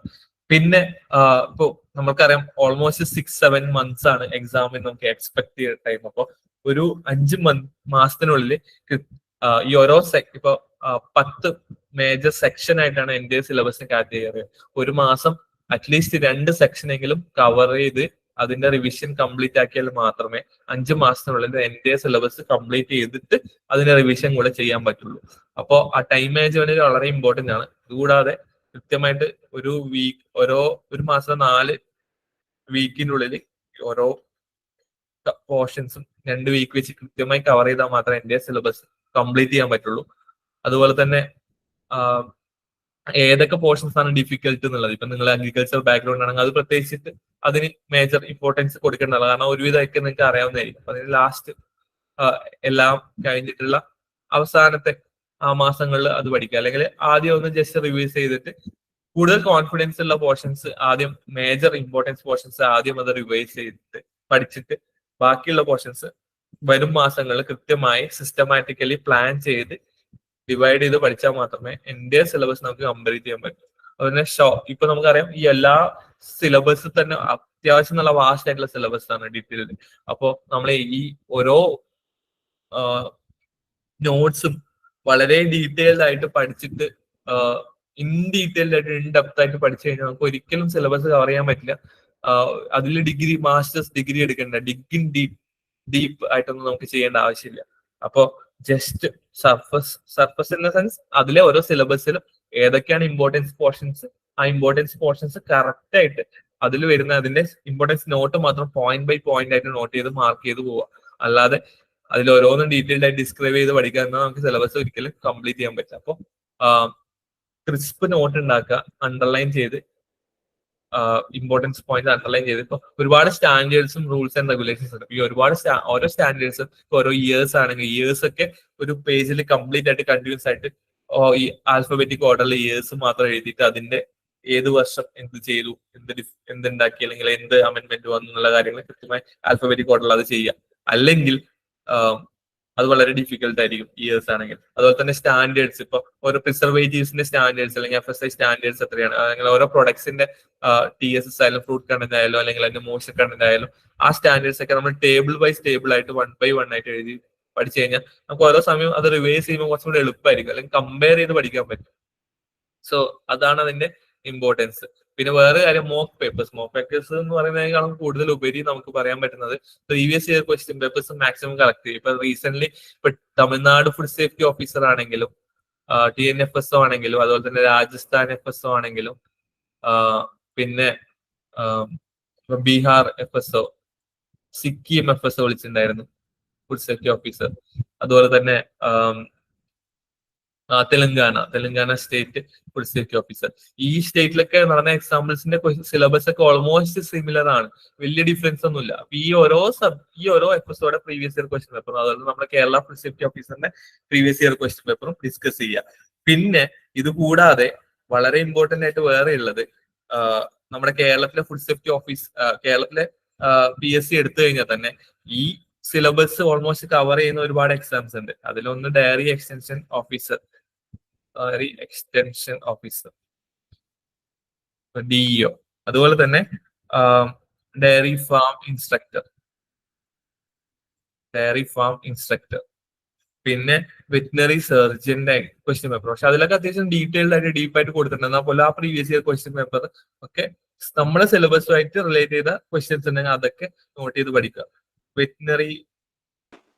Veterinary surgeon. ഓക്കെ, പിന്നെ മെയിൻ ആയിട്ട് ഫുഡ് അനലിസ്റ്റിന്റെ previous year question paper, food analyst. പിന്നെ സെൻട്രൽ ഫുഡ് സേഫ്റ്റി ഓഫീസറും ടെക്നിക്കൽ ഓഫീസറിന്റെ previous year question paper.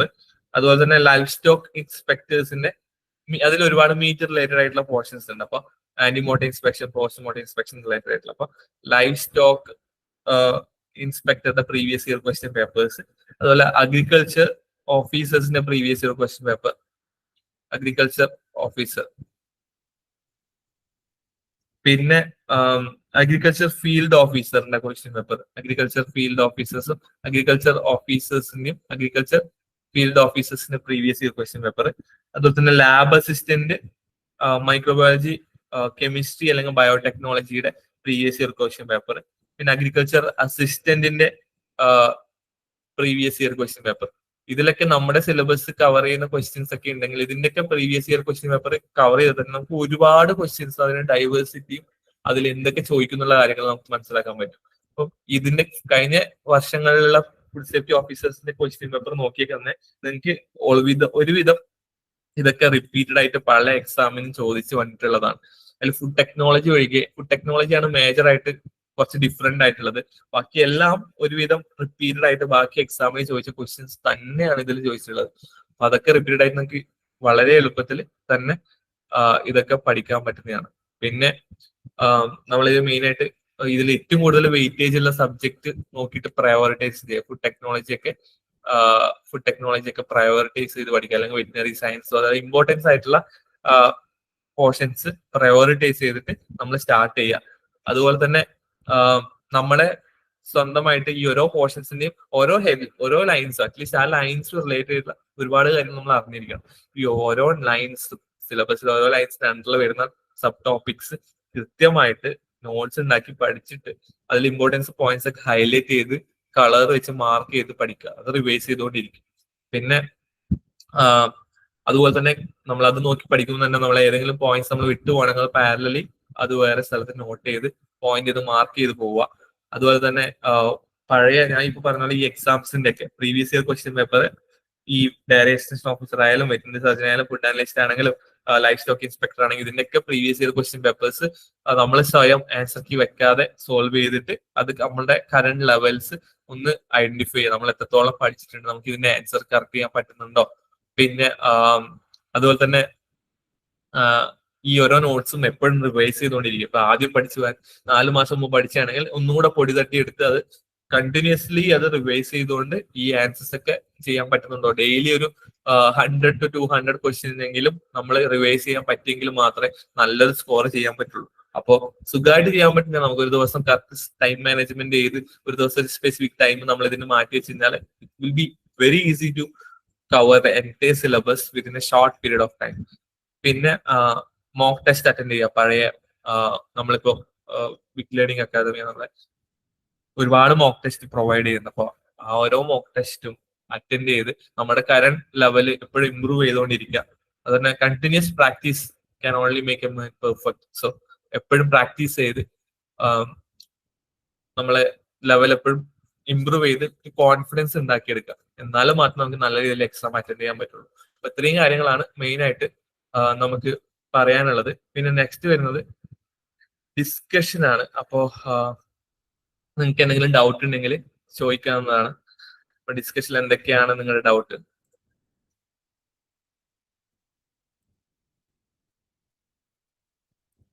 So you can please chat in the chat box. ഒന്നുകിൽ നിങ്ങൾ ചാറ്റ് ബോക്സിൽ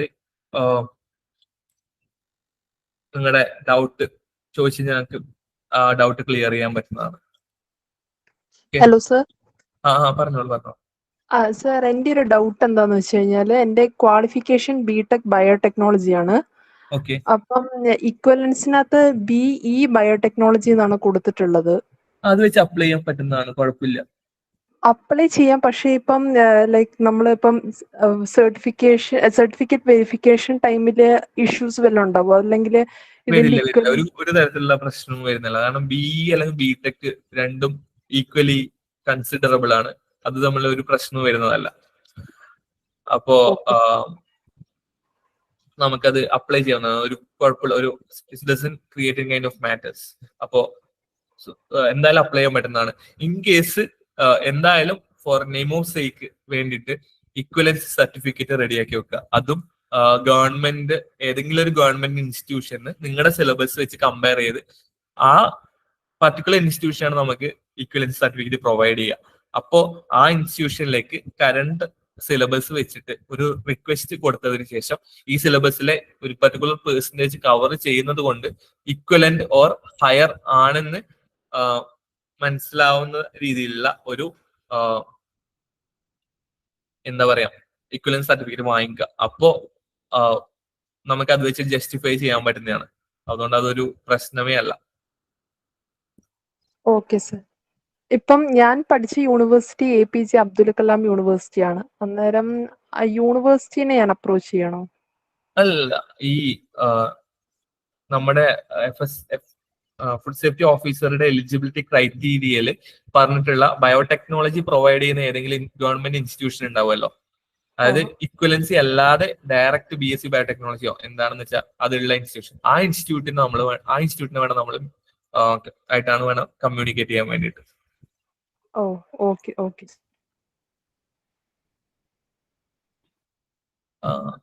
ഫീ സ്ട്രക്ചേഴ്സ് ഇപ്പൊ നമ്മുടെ ഇതിന്റെ വെബ്സൈറ്റിൽ ഗൂഗിൾ ഫോം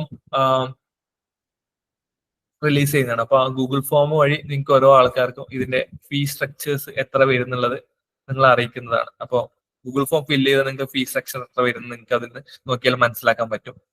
അതുപോലെ 2 ടയർ എക്സാം ആണോ? 2 ടയർ എക്സാം എന്ന് പറഞ്ഞ അല്ല, ഇതിപ്പം സേഫ്റ്റി ഓഫീസറിന് ഒരു മെയിൻ എക്സാംസും അതിനുശേഷം ഇന്റർവ്യൂ ആണ് ഉണ്ടാവുക. അപ്പോൾ മെയിൻ എക്സാമിന് ശേഷം ഇന്റർവ്യൂ കൂടെ കഴിഞ്ഞിട്ടാണ് നമ്മുടെ ഫൈനൽ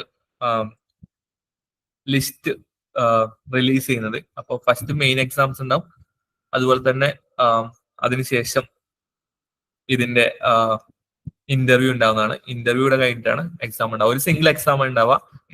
ആ എക്സാമിന് ശേഷം അതിന് ഇന്റർവ്യൂ ഉണ്ടായിരിക്കുന്നതാണ്. പിന്നെ നെക്സ്റ്റ് മെഡിക്കൽ ബയോകെമിസ്ട്രി PhD കഴിഞ്ഞ ആൾക്കാർക്ക് അപ്ലൈ ചെയ്യാൻ പറ്റുന്നതാണ്. MSc മെഡിക്കൽ ബയോകെമിസ്ട്രി കഴിഞ്ഞവർക്ക് ഇക്വലൻസി വെച്ച് അപ്ലൈ ചെയ്യാൻ പറ്റുന്നതാണ്.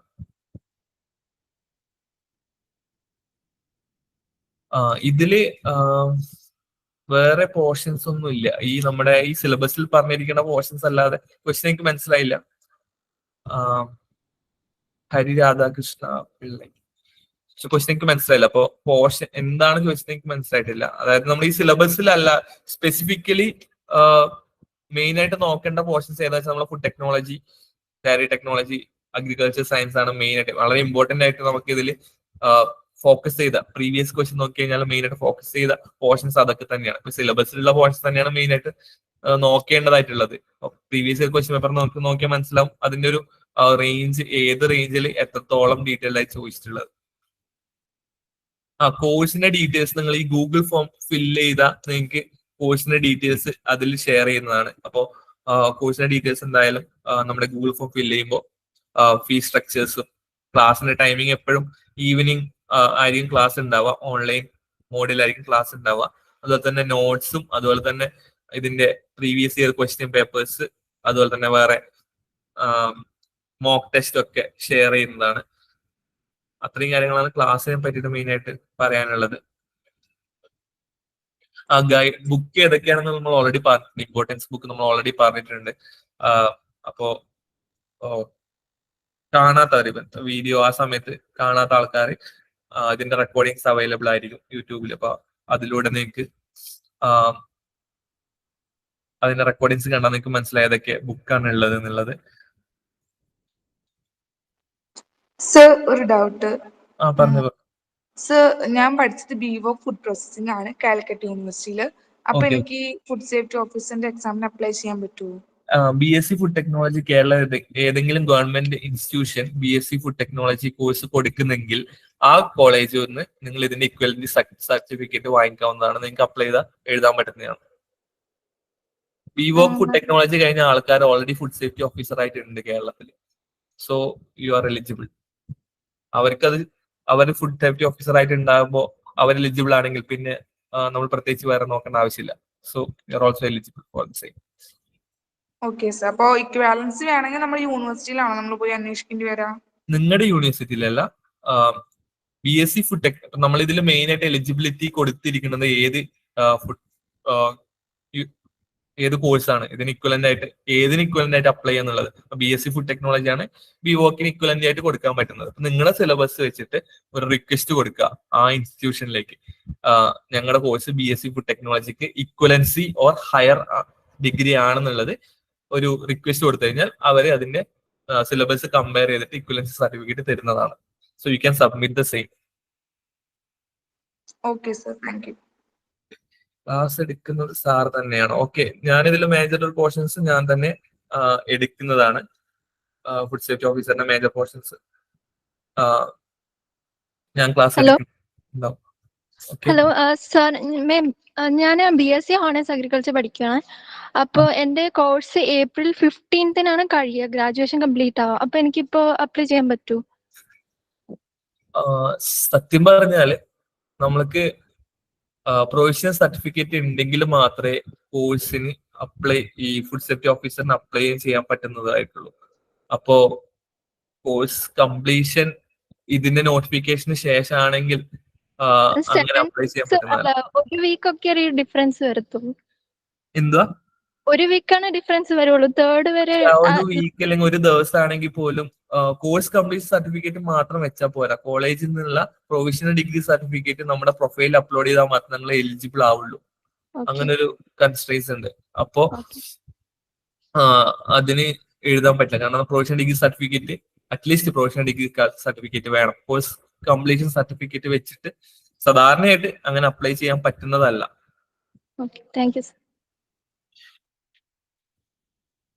BSc ഹോണേഴ്സ് അഗ്രികൾച്ചർ കംപ്ലീറ്റ് ചെയ്തവർക്ക്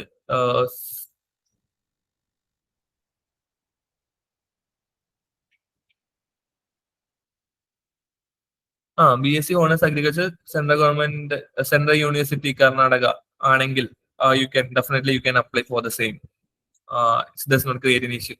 BSc ഹോണേഴ്സ് അഗ്രികൾച്ചർ ഉള്ളത് വേറെ കേരളത്തിൽ നിന്ന് അല്ലെങ്കിൽ കേരളത്തിന് പുറത്തുള്ള റെക്കഗ്നൈസ്ഡ് ആയിട്ടുള്ള യൂണിവേഴ്സിറ്റി, സെൻട്രൽ യൂണിവേഴ്സിറ്റി സർട്ടിഫിക്കറ്റ് എന്തായാലും വാലിഡ് ആണ്. So it doesn't make any issues.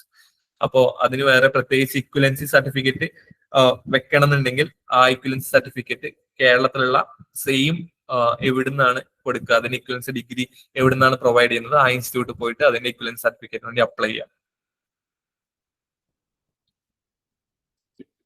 Provisional certificate കിട്ടിയാൽ മാത്രം നമുക്ക് എക്സാമിന് അപ്ലൈ ചെയ്യാൻ പറ്റുള്ളൂ, അല്ലാതെ അപ്ലൈ ചെയ്യാൻ പറ്റുന്നതല്ല. MSc കെമിസ്ട്രി അപ്ലൈ ചെയ്യാൻ പറ്റുന്ന ഓൾറെഡി കൊടുത്തിട്ടുണ്ടല്ലോ. നമ്മുടെ ഈ ഇക്വലൻസിയുടെ ഒരു നോട്ടിഫിക്കേഷൻ വന്നിട്ടുണ്ടായിരുന്നു. അപ്പൊ ആ ഇക്വലൻസിയിൽ MSc കെമിസ്ട്രി ഇക്വലന്റ് ആയിട്ടുള്ള അവർക്ക് അപ്ലൈ ചെയ്യാൻ പറ്റുന്നതാണ്.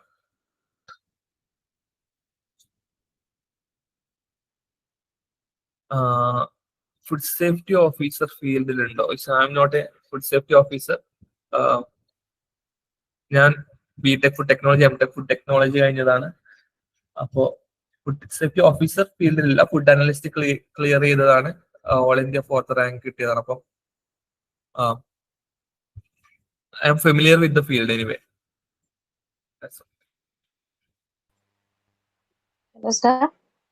പറഞ്ഞോളൂ. സാർ, ഞാൻ BSc ബയോടെക് ആന്ധ്രയിൽ നിന്നാണ് ചെയ്തത്. അത് ആന്ധ്ര യൂണിവേഴ്സിറ്റിയുടെ അഫിലിയേറ്റഡ് ആയിട്ടുള്ള ഒരു കോളേജിലാണ് ചെയ്തത്.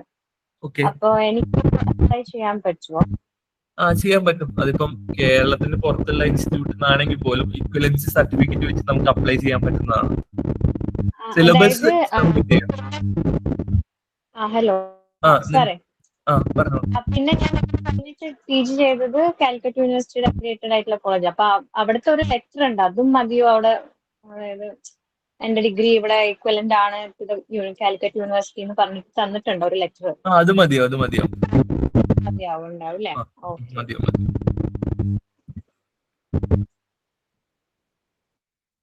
Any other doubts?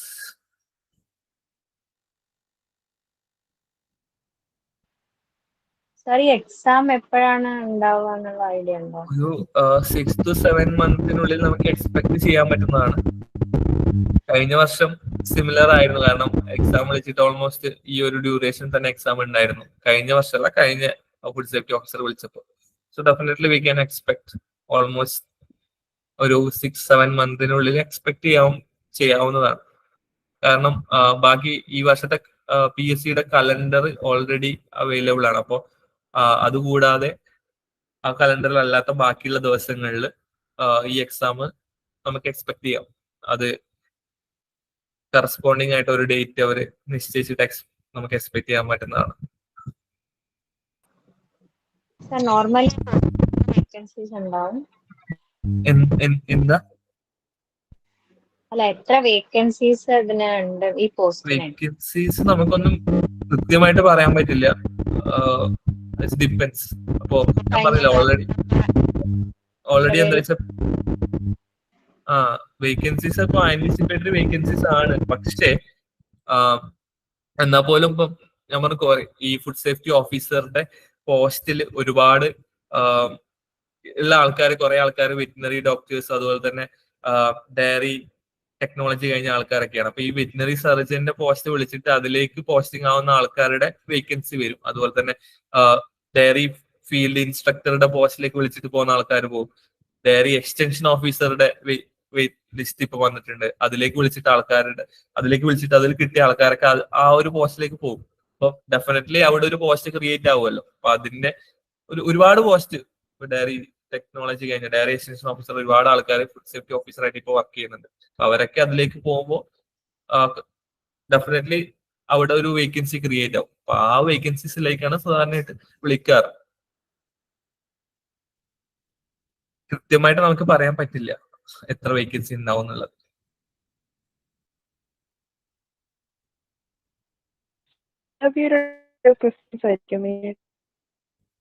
ഹലോ പറഞ്ഞോളൂ. സർ, നമുക്ക് ഇന്റർവ്യൂ ഉണ്ടല്ലോ. അപ്പം വെരിഫിക്കേഷൻ ഇതൊക്കെ ആയിരിക്കും ഉണ്ടാവുക. സർട്ടിഫിക്കറ്റ് വെരിഫിക്കേഷൻ മെയിൻ ആയിട്ട് നമ്മൾ ഈ കോഴ്സ് കംപ്ലീഷൻ സർട്ടിഫിക്കറ്റ് കൊടുക്കേണ്ടി വരും. അതൊക്കെയാണ് മെയിൻ ആയിട്ട് സർട്ടിഫിക്കേഷൻ വെരിഫിക്കേഷനിൽ ഉണ്ടാവുക. പിന്നെ ഇന്റർവ്യൂസ് മെയിൻ ആയിട്ട് ടെക്നിക്കൽ ഇന്റർവ്യൂ ഉണ്ടാവുക. ഇതുമായിട്ട് റിലേറ്റ് ചെയ്ത ക്വസ്റ്റ്യൻസ് ആണ് ഒരുവിധം. മേജർ ഈ ഫീൽഡിൽ പോപ്പുലർ ആയിട്ടുള്ള ആൾക്കാരൊക്കെ ആയിരിക്കും ഇന്റർവ്യൂ പാനൽ. മീൻസ് ഇപ്പം ഫുഡ് ടെക്നോളജി, ഡയറി ടെക്നോളജി അല്ലെങ്കിൽ വെറ്റിനറി റിലേറ്റഡ് ആയിട്ടുള്ള ആൾക്കാരാണ് മെയിൻ ആയിട്ട് ഇന്റർവ്യൂവിൽ ഉണ്ടാവുക. ഫീ സ്ട്രക്ചറിന്റെ ഡീറ്റെയിൽസ് ഷെയർ ചെയ്യുന്നതാണ്.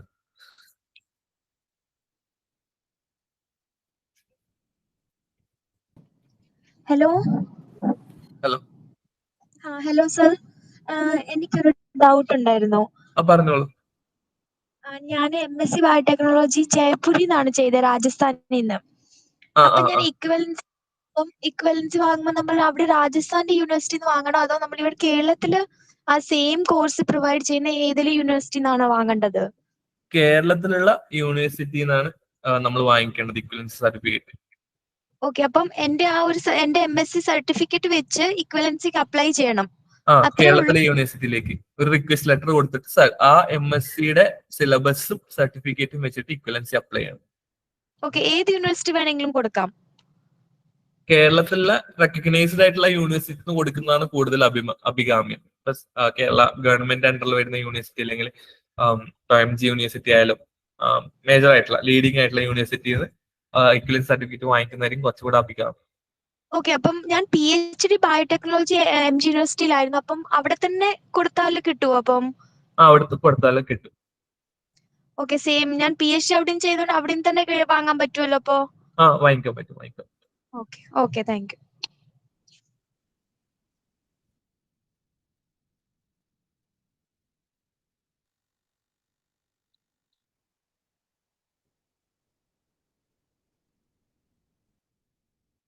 Any other doubt?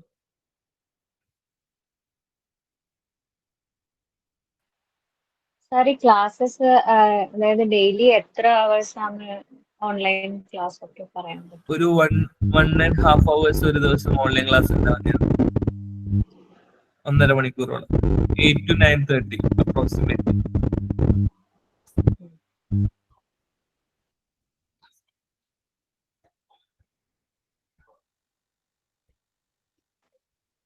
Hello sir, ഒരു ഡൗട്ട് ഉണ്ടായിരുന്നു. പറഞ്ഞോളൂ. ഞാൻ കേരളയുടെ യൂണിവേഴ്സിറ്റിയുടെ BSc ബോട്ടണി ആൻഡ് ബയോടെക്നോളജി ചെയ്തതാണ്. കരിയർ റിലേറ്റഡ് ആയിരുന്നു. അപ്പൊ എനിക്ക് അപ്ലൈ ചെയ്യാൻ PSC ക്ലിയർ അല്ല, വോയിസ് ക്ലിയർ അല്ല. BSc Botany and Biotechnology Kerala university conduct ചെയ്തതാണ്. ചെയ്യാൻ പറ്റും ഇക്വലൻസി വെച്ച് അപ്ലൈ ചെയ്യാൻ പറ്റുന്നതാണ്. അപ്പൊ നമ്മൾ അതിനും ഈക്വലൻസി സർട്ടിഫിക്കറ്റ് കാണിക്കേണ്ടതുണ്ടോ? സർട്ടിഫിക്കറ്റ് വാങ്ങിച്ച് വെച്ച് കഴിഞ്ഞാൽ നമുക്ക് ആ ഒരു ഇപ്പൊ ഇൻ കേസ് എക്സാം ക്ലിയർ ചെയ്ത് ഇന്റർവ്യൂവിന് വിളിച്ചു കഴിഞ്ഞ് ആണെങ്കിൽ വെരിഫിക്കേഷന്റെ സമയത്ത് നമ്മൾ ആ സമയത്ത് ഓടേണ്ട ആവശ്യമില്ലല്ലോ. ഒരു സർട്ടിഫിക്കറ്റ് വാങ്ങിച്ചു വെച്ചാൽ ഇറ്റ് വിൽ ബി ഗുഡ് എന്തായാലും. Okay, thank you sir. Okay.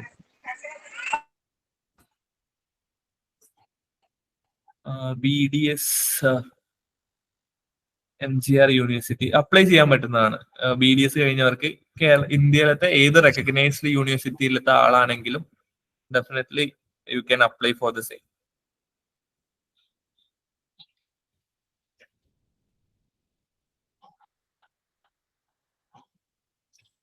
Hello sir, audible ആണോ? ഓഡിബിളാ. ഇപ്പൊ എല്ലാരും ഡൗട്ട് ചോദിക്കുന്ന കണ്ടു നമ്മുടെ ക്ലാസിന്റെ രീതി എങ്ങനെയാണെന്ന്. ഇപ്പൊ നമ്മള് ക്ലാസ് സ്റ്റാർട്ട് ചെയ്യുന്നത് 8-ാം തീയതിയാണ്. അപ്പൊ ഫീസും കാര്യങ്ങൾക്കും ഒക്കെ നമ്മുടെ ഗൂഗിൾ ഫോം ഫില്ല് ചെയ്താൽ മതി. അതുപോലെ തന്നെ നമുക്ക് ഡെയിലി വീക്ക്ലി ഒരു 3 or 4 ക്ലാസ്സസ് കാണും. കാരണം ഇപ്പൊ എല്ലാവരും കുറച്ച് ഗ്യാപ്പ് ഇട്ട് നിൽക്കുന്നവരൊക്കെ ആണെങ്കിൽ ഫസ്റ്റിലെ നമ്മൾ 7 ക്ലാസ്സസ് ഒക്കെ വെച്ച് കഴിഞ്ഞാൽ ഒരു സ്ട്രെസ് ആയി മാറും അത്. അപ്പൊ നമ്മൾ സ്റ്റാർട്ടിങ് ഒരു 3 or 4 ക്ലാസ്സസ് ആയിട്ട് നമ്മൾ സ്റ്റാർട്ട് ചെയ്യും. ഡെയിലി 1.5 hours ആണ് നമുക്ക് ക്ലാസ്. അതായത് 8 മണിക്ക് നമ്മുടെ ക്ലാസ് സ്റ്റാർട്ട് ചെയ്താൽ 9:30 വരെയാണ് ക്ലാസ്. അതിൽ 9:20 വരെ നമുക്കൊരു പഠിപ്പിക്കുകയും 10 മിനിറ്റ് ആ ക്ലാസ് എന്താണോ പഠിച്ചത് അതിന്റെ ഒരു MCQ ക്വസ്റ്റ്യൻ വൈസ് ക്വസ്റ്റ്യൻ റിവിഷനും ആയിരിക്കും. അത് കൂടാതെ തന്നെ നമ്മൾ ക്ലാസ് കഴിഞ്ഞ് പിറ്റേന്ന് തന്നെ നമുക്ക് നമ്മുടെ ആപ്പില് ബിഗ് ലേണിംഗിന്റെ ആപ്പിൽ നമ്മുടെ റെക്കോർഡിംഗ് വീഡിയോയും കഴിഞ്ഞ ക്ലാസ്സിന്റെ PDF നോട്ട്സും എക്സ്ട്രാ ആ ക്ലാസ്സിൽ ഒരു 10 MCQs ചെയ്യും. അത് കൂടാതെ ആ ഒരു ക്ലാസ്സിനെ ഡിപ്പെൻഡ് ചെയ്തുകൊണ്ട് ഒരു എക്സ്ട്രാ 10 MCQസും അത് ഒരു എക്സാം ഫോർമാറ്റിൽ തന്നെ ആയിരിക്കും. നമ്മൾ ഒരു എക്സാം എങ്ങനെ ഒരു ഓൺലൈൻ ആയിട്ടൊരു എക്സാം എങ്ങനെ എഴുതുന്നു ആ ഒരു ഫോർമാറ്റിൽ തന്നെ ആയിരിക്കും അതിൽ പോകുന്നതല്ല. ഇതാണ് നമ്മുടെ ഒരു ക്ലാസ്സിന്റെ രീതി. അതുപോലെ തന്നെ വീക്ക്ലി നമുക്ക് ടെസ്റ്റുകൾ കാണും. ആരും പേടിക്കുകയൊന്നും വേണ്ട. നമ്മൾ നന്നായിട്ട് തന്നെ ഈ ഒരു കോഴ്സ് കംപ്ലീറ്റ് ചെയ്യും. ഞാനായിരിക്കും മെന്ററായിട്ട് വരിക. അപ്പം നിങ്ങൾക്ക് എത്ര നാളാണോ ഈ എക്സാമിന് ടൈം എടുക്കുന്നത് അത്രയും നാളും നിങ്ങളുടെ കൂടെ ഞാൻ തന്നെ കാണും. പിന്നെ നമ്മുടെ സുബിത് സാറൊക്കെ നമ്മളെ ഫാക്കൽറ്റീസ് ആയിട്ട് പഠിപ്പിക്കാനുണ്ട്. നമ്മുടെ ഓരോന്നിനും ഓരോ ഫാക്കൽറ്റീസ് ആയിരിക്കും കൂടുതലും കാണുക. ഇത്രയൊക്കെ ഉള്ളൂ ഇതിനകത്ത് കോഴ്സ് ഡീറ്റെയിൽ ആയിട്ട് പറയാനാണെങ്കിൽ.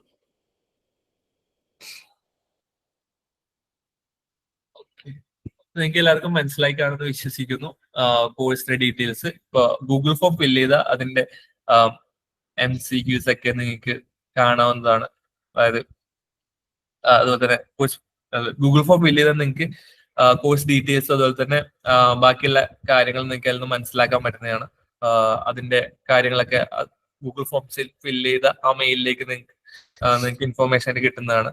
പിന്നെ വേറെ ചോദിച്ചിട്ടുണ്ടായിരുന്നു BDS MGR യൂണിവേഴ്സിറ്റി കംപ്ലീറ്റിലായ ആൾക്കാർക്ക് ഇക്വലൻസ് സർട്ടിഫിക്കറ്റ് വേണോ? ഓക്കെ, ഇക്വലൻസ് സർട്ടിഫിക്കറ്റ് ഫോർ നെയ്മോസ് കേരളത്തിലെ ഏതെങ്കിലും യൂണിവേഴ്സിറ്റി മെഡിക്കൽ ഫീൽഡിലുള്ള ആൾക്കാർ ഓൾറെഡി അതിന്റെ ഫൈനൽ എക്സാം ക്ലിയർ ചെയ്ത ആൾക്കാരായിരിക്കും.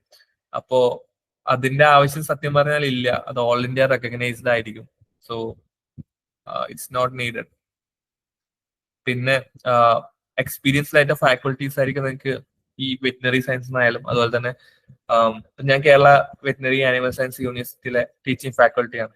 അപ്പോൾ അതുകൂടാതെ ഇവിടുത്തെ ഫാക്കൽറ്റീസ് തന്നെ ആയിരിക്കും നിങ്ങൾക്ക് വേറെ ബാക്കിയുള്ള പോർഷൻസ് എടുക്കുക. ഡയറി ടെക്നോളജി ആണെങ്കിലും ഇവിടുത്തെ ആൾക്കാർ തന്നെ ആയിരിക്കും എടുക്കുന്നുണ്ടാവുക. അപ്പോ വരുന്ന ദിവസങ്ങളിൽ നിങ്ങൾക്ക് 8-ാം തീയതി തൊട്ട് ക്ലാസ്സസ് സ്റ്റാർട്ട് ചെയ്യുന്നതാണ്. All the best. Wind up ചെയ്യാലോ. ഇനിയിപ്പോ വേറെ പറഞ്ഞു സാർ, എനിക്ക് ഇക്വലൻസ് സർട്ടിഫിക്കറ്റ് എനിക്ക് ഫസ്റ്റ് ടൈം ആയത് എനിക്ക് അറിയില്ല എങ്ങനെ ചെയ്യേണ്ടതെന്ന്. എങ്ങനെയാണ് പ്രൊസീജിയർ എങ്ങനെയാണെന്ന് പറഞ്ഞത്. ഞാൻ ടെക്നോളജി കഴിഞ്ഞു. ഇവിടുത്തെ ഗവൺമെന്റ്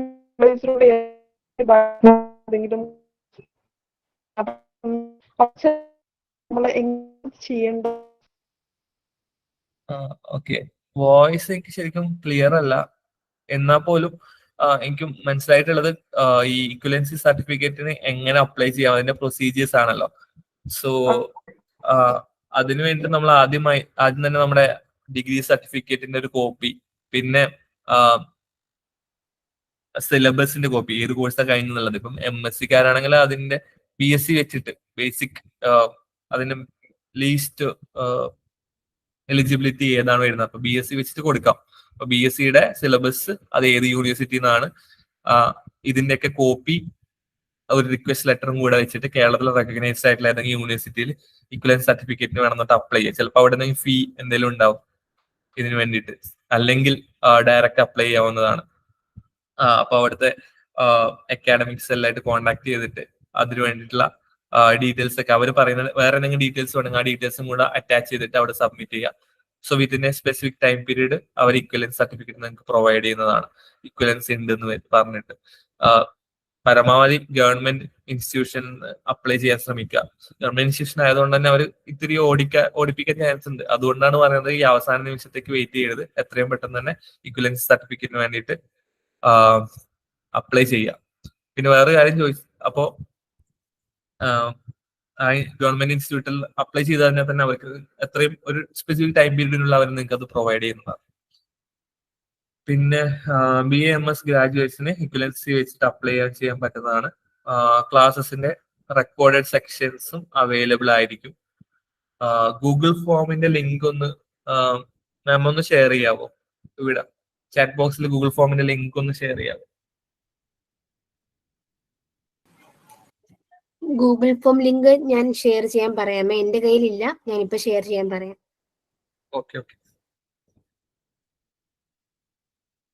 ഒരു കാര്യമുണ്ട്, ഞാൻ MTech കഴിഞ്ഞതാണ്.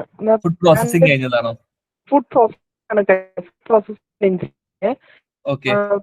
പക്ഷെ ഫുഡ് പ്രോസസിംഗ് ഇല്ലാത്തത് കാരണം ഞാൻ ബയോടെക്നോളജി അപ്ലൈ ചെയ്യാൻ വിചാരിച്ചിരിക്കുന്നത്. BSc എന്താ കഴിഞ്ഞത്?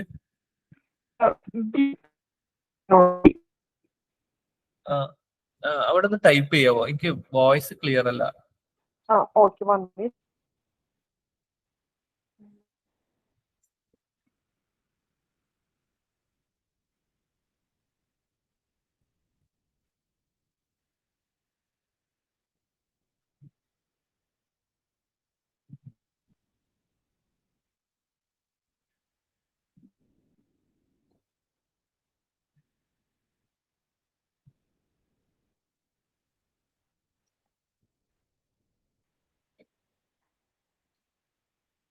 ഓക്കെ. ബിടെക് ബയോടെക്നോളജി വെച്ച് അപ്ലൈ ചെയ്യാൻ പറ്റുന്നതാണ്.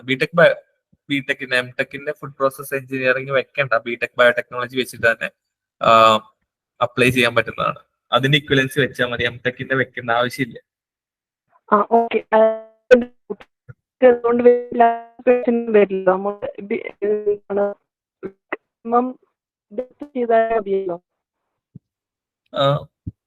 ക്ലിയർ ആവണല്ലോ വോയിസ്.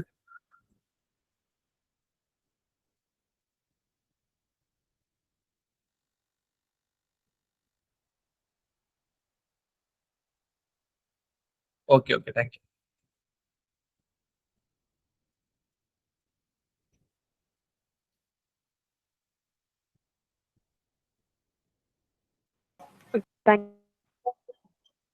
Thank you. വൈൻഡപ്പ് ചെയ്യാലോ? സർ, ഗൂഗിൾ ഫോമിന്റെ ലിങ്ക് നമ്മുടെ യൂട്യൂബ് വീഡിയോയുടെ കമന്റ് ബോക്സിൽ കിടപ്പുണ്ടേ. ഓക്കെ. എല്ലാവരും ശ്രദ്ധിക്കുക, ഈ ലിങ്ക് ചോദിച്ച ആൾക്കാരോടാണ്. അപ്പോ ഗൂഗിൾ ഫോമിന്റെ ലിങ്ക് നമ്മുടെ യൂട്യൂബ് വീഡിയോയുടെ കമന്റ് സെക്ഷനിൽ കൊടുത്തിട്ടുണ്ട്. അപ്പോ ആ ലിങ്ക് ക്ലിക്ക് ചെയ്ത് ഗൂഗിൾ ഫോമിലേക്ക് പോകുന്നതാണ്. അപ്പൊ അതിൽ ക്ലിക്ക് ചെയ്ത് കഴിഞ്ഞാൽ നിങ്ങൾക്ക് ഗൂഗിൾ ഫോം ഫില്ല് ചെയ്തിട്ട് അതിന്റെ ഡീറ്റെയിൽസ് ഒക്കെ അതുവഴി അറിയിക്കുന്നതാണ്.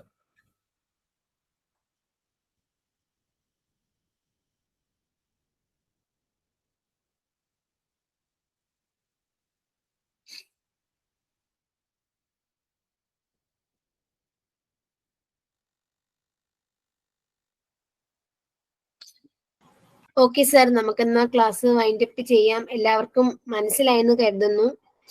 എന്തെങ്കിലും ഡൗട്ട് ഉണ്ടെങ്കിൽ ഇപ്പം ചോദിക്കാം. നമുക്ക് ഓൾറെഡി ഒരു 1.5 hours ഒക്കെ അടുപ്പിച്ചാവുന്നു. 1.5 hours മോർ ദാൻ ആയി, 2 hours ആയി. അപ്പം നമുക്ക് ക്ലാസ് വൈൻഡ് അപ്പ് ചെയ്യാം. എല്ലാവർക്കും ഇന്നത്തെ നമ്മുടെ എന്താ പറയാ വെബിനാർ ഇഷ്ടപ്പെട്ടെന്ന് വിശ്വസിക്കുന്നു. എല്ലാവർക്കും താങ്ക് യു ഓൾ. അപ്പൊ നമുക്കിന്ന് വൈൻഡ് അപ്പ് ചെയ്യാം. Good night. Thank you. Thank U.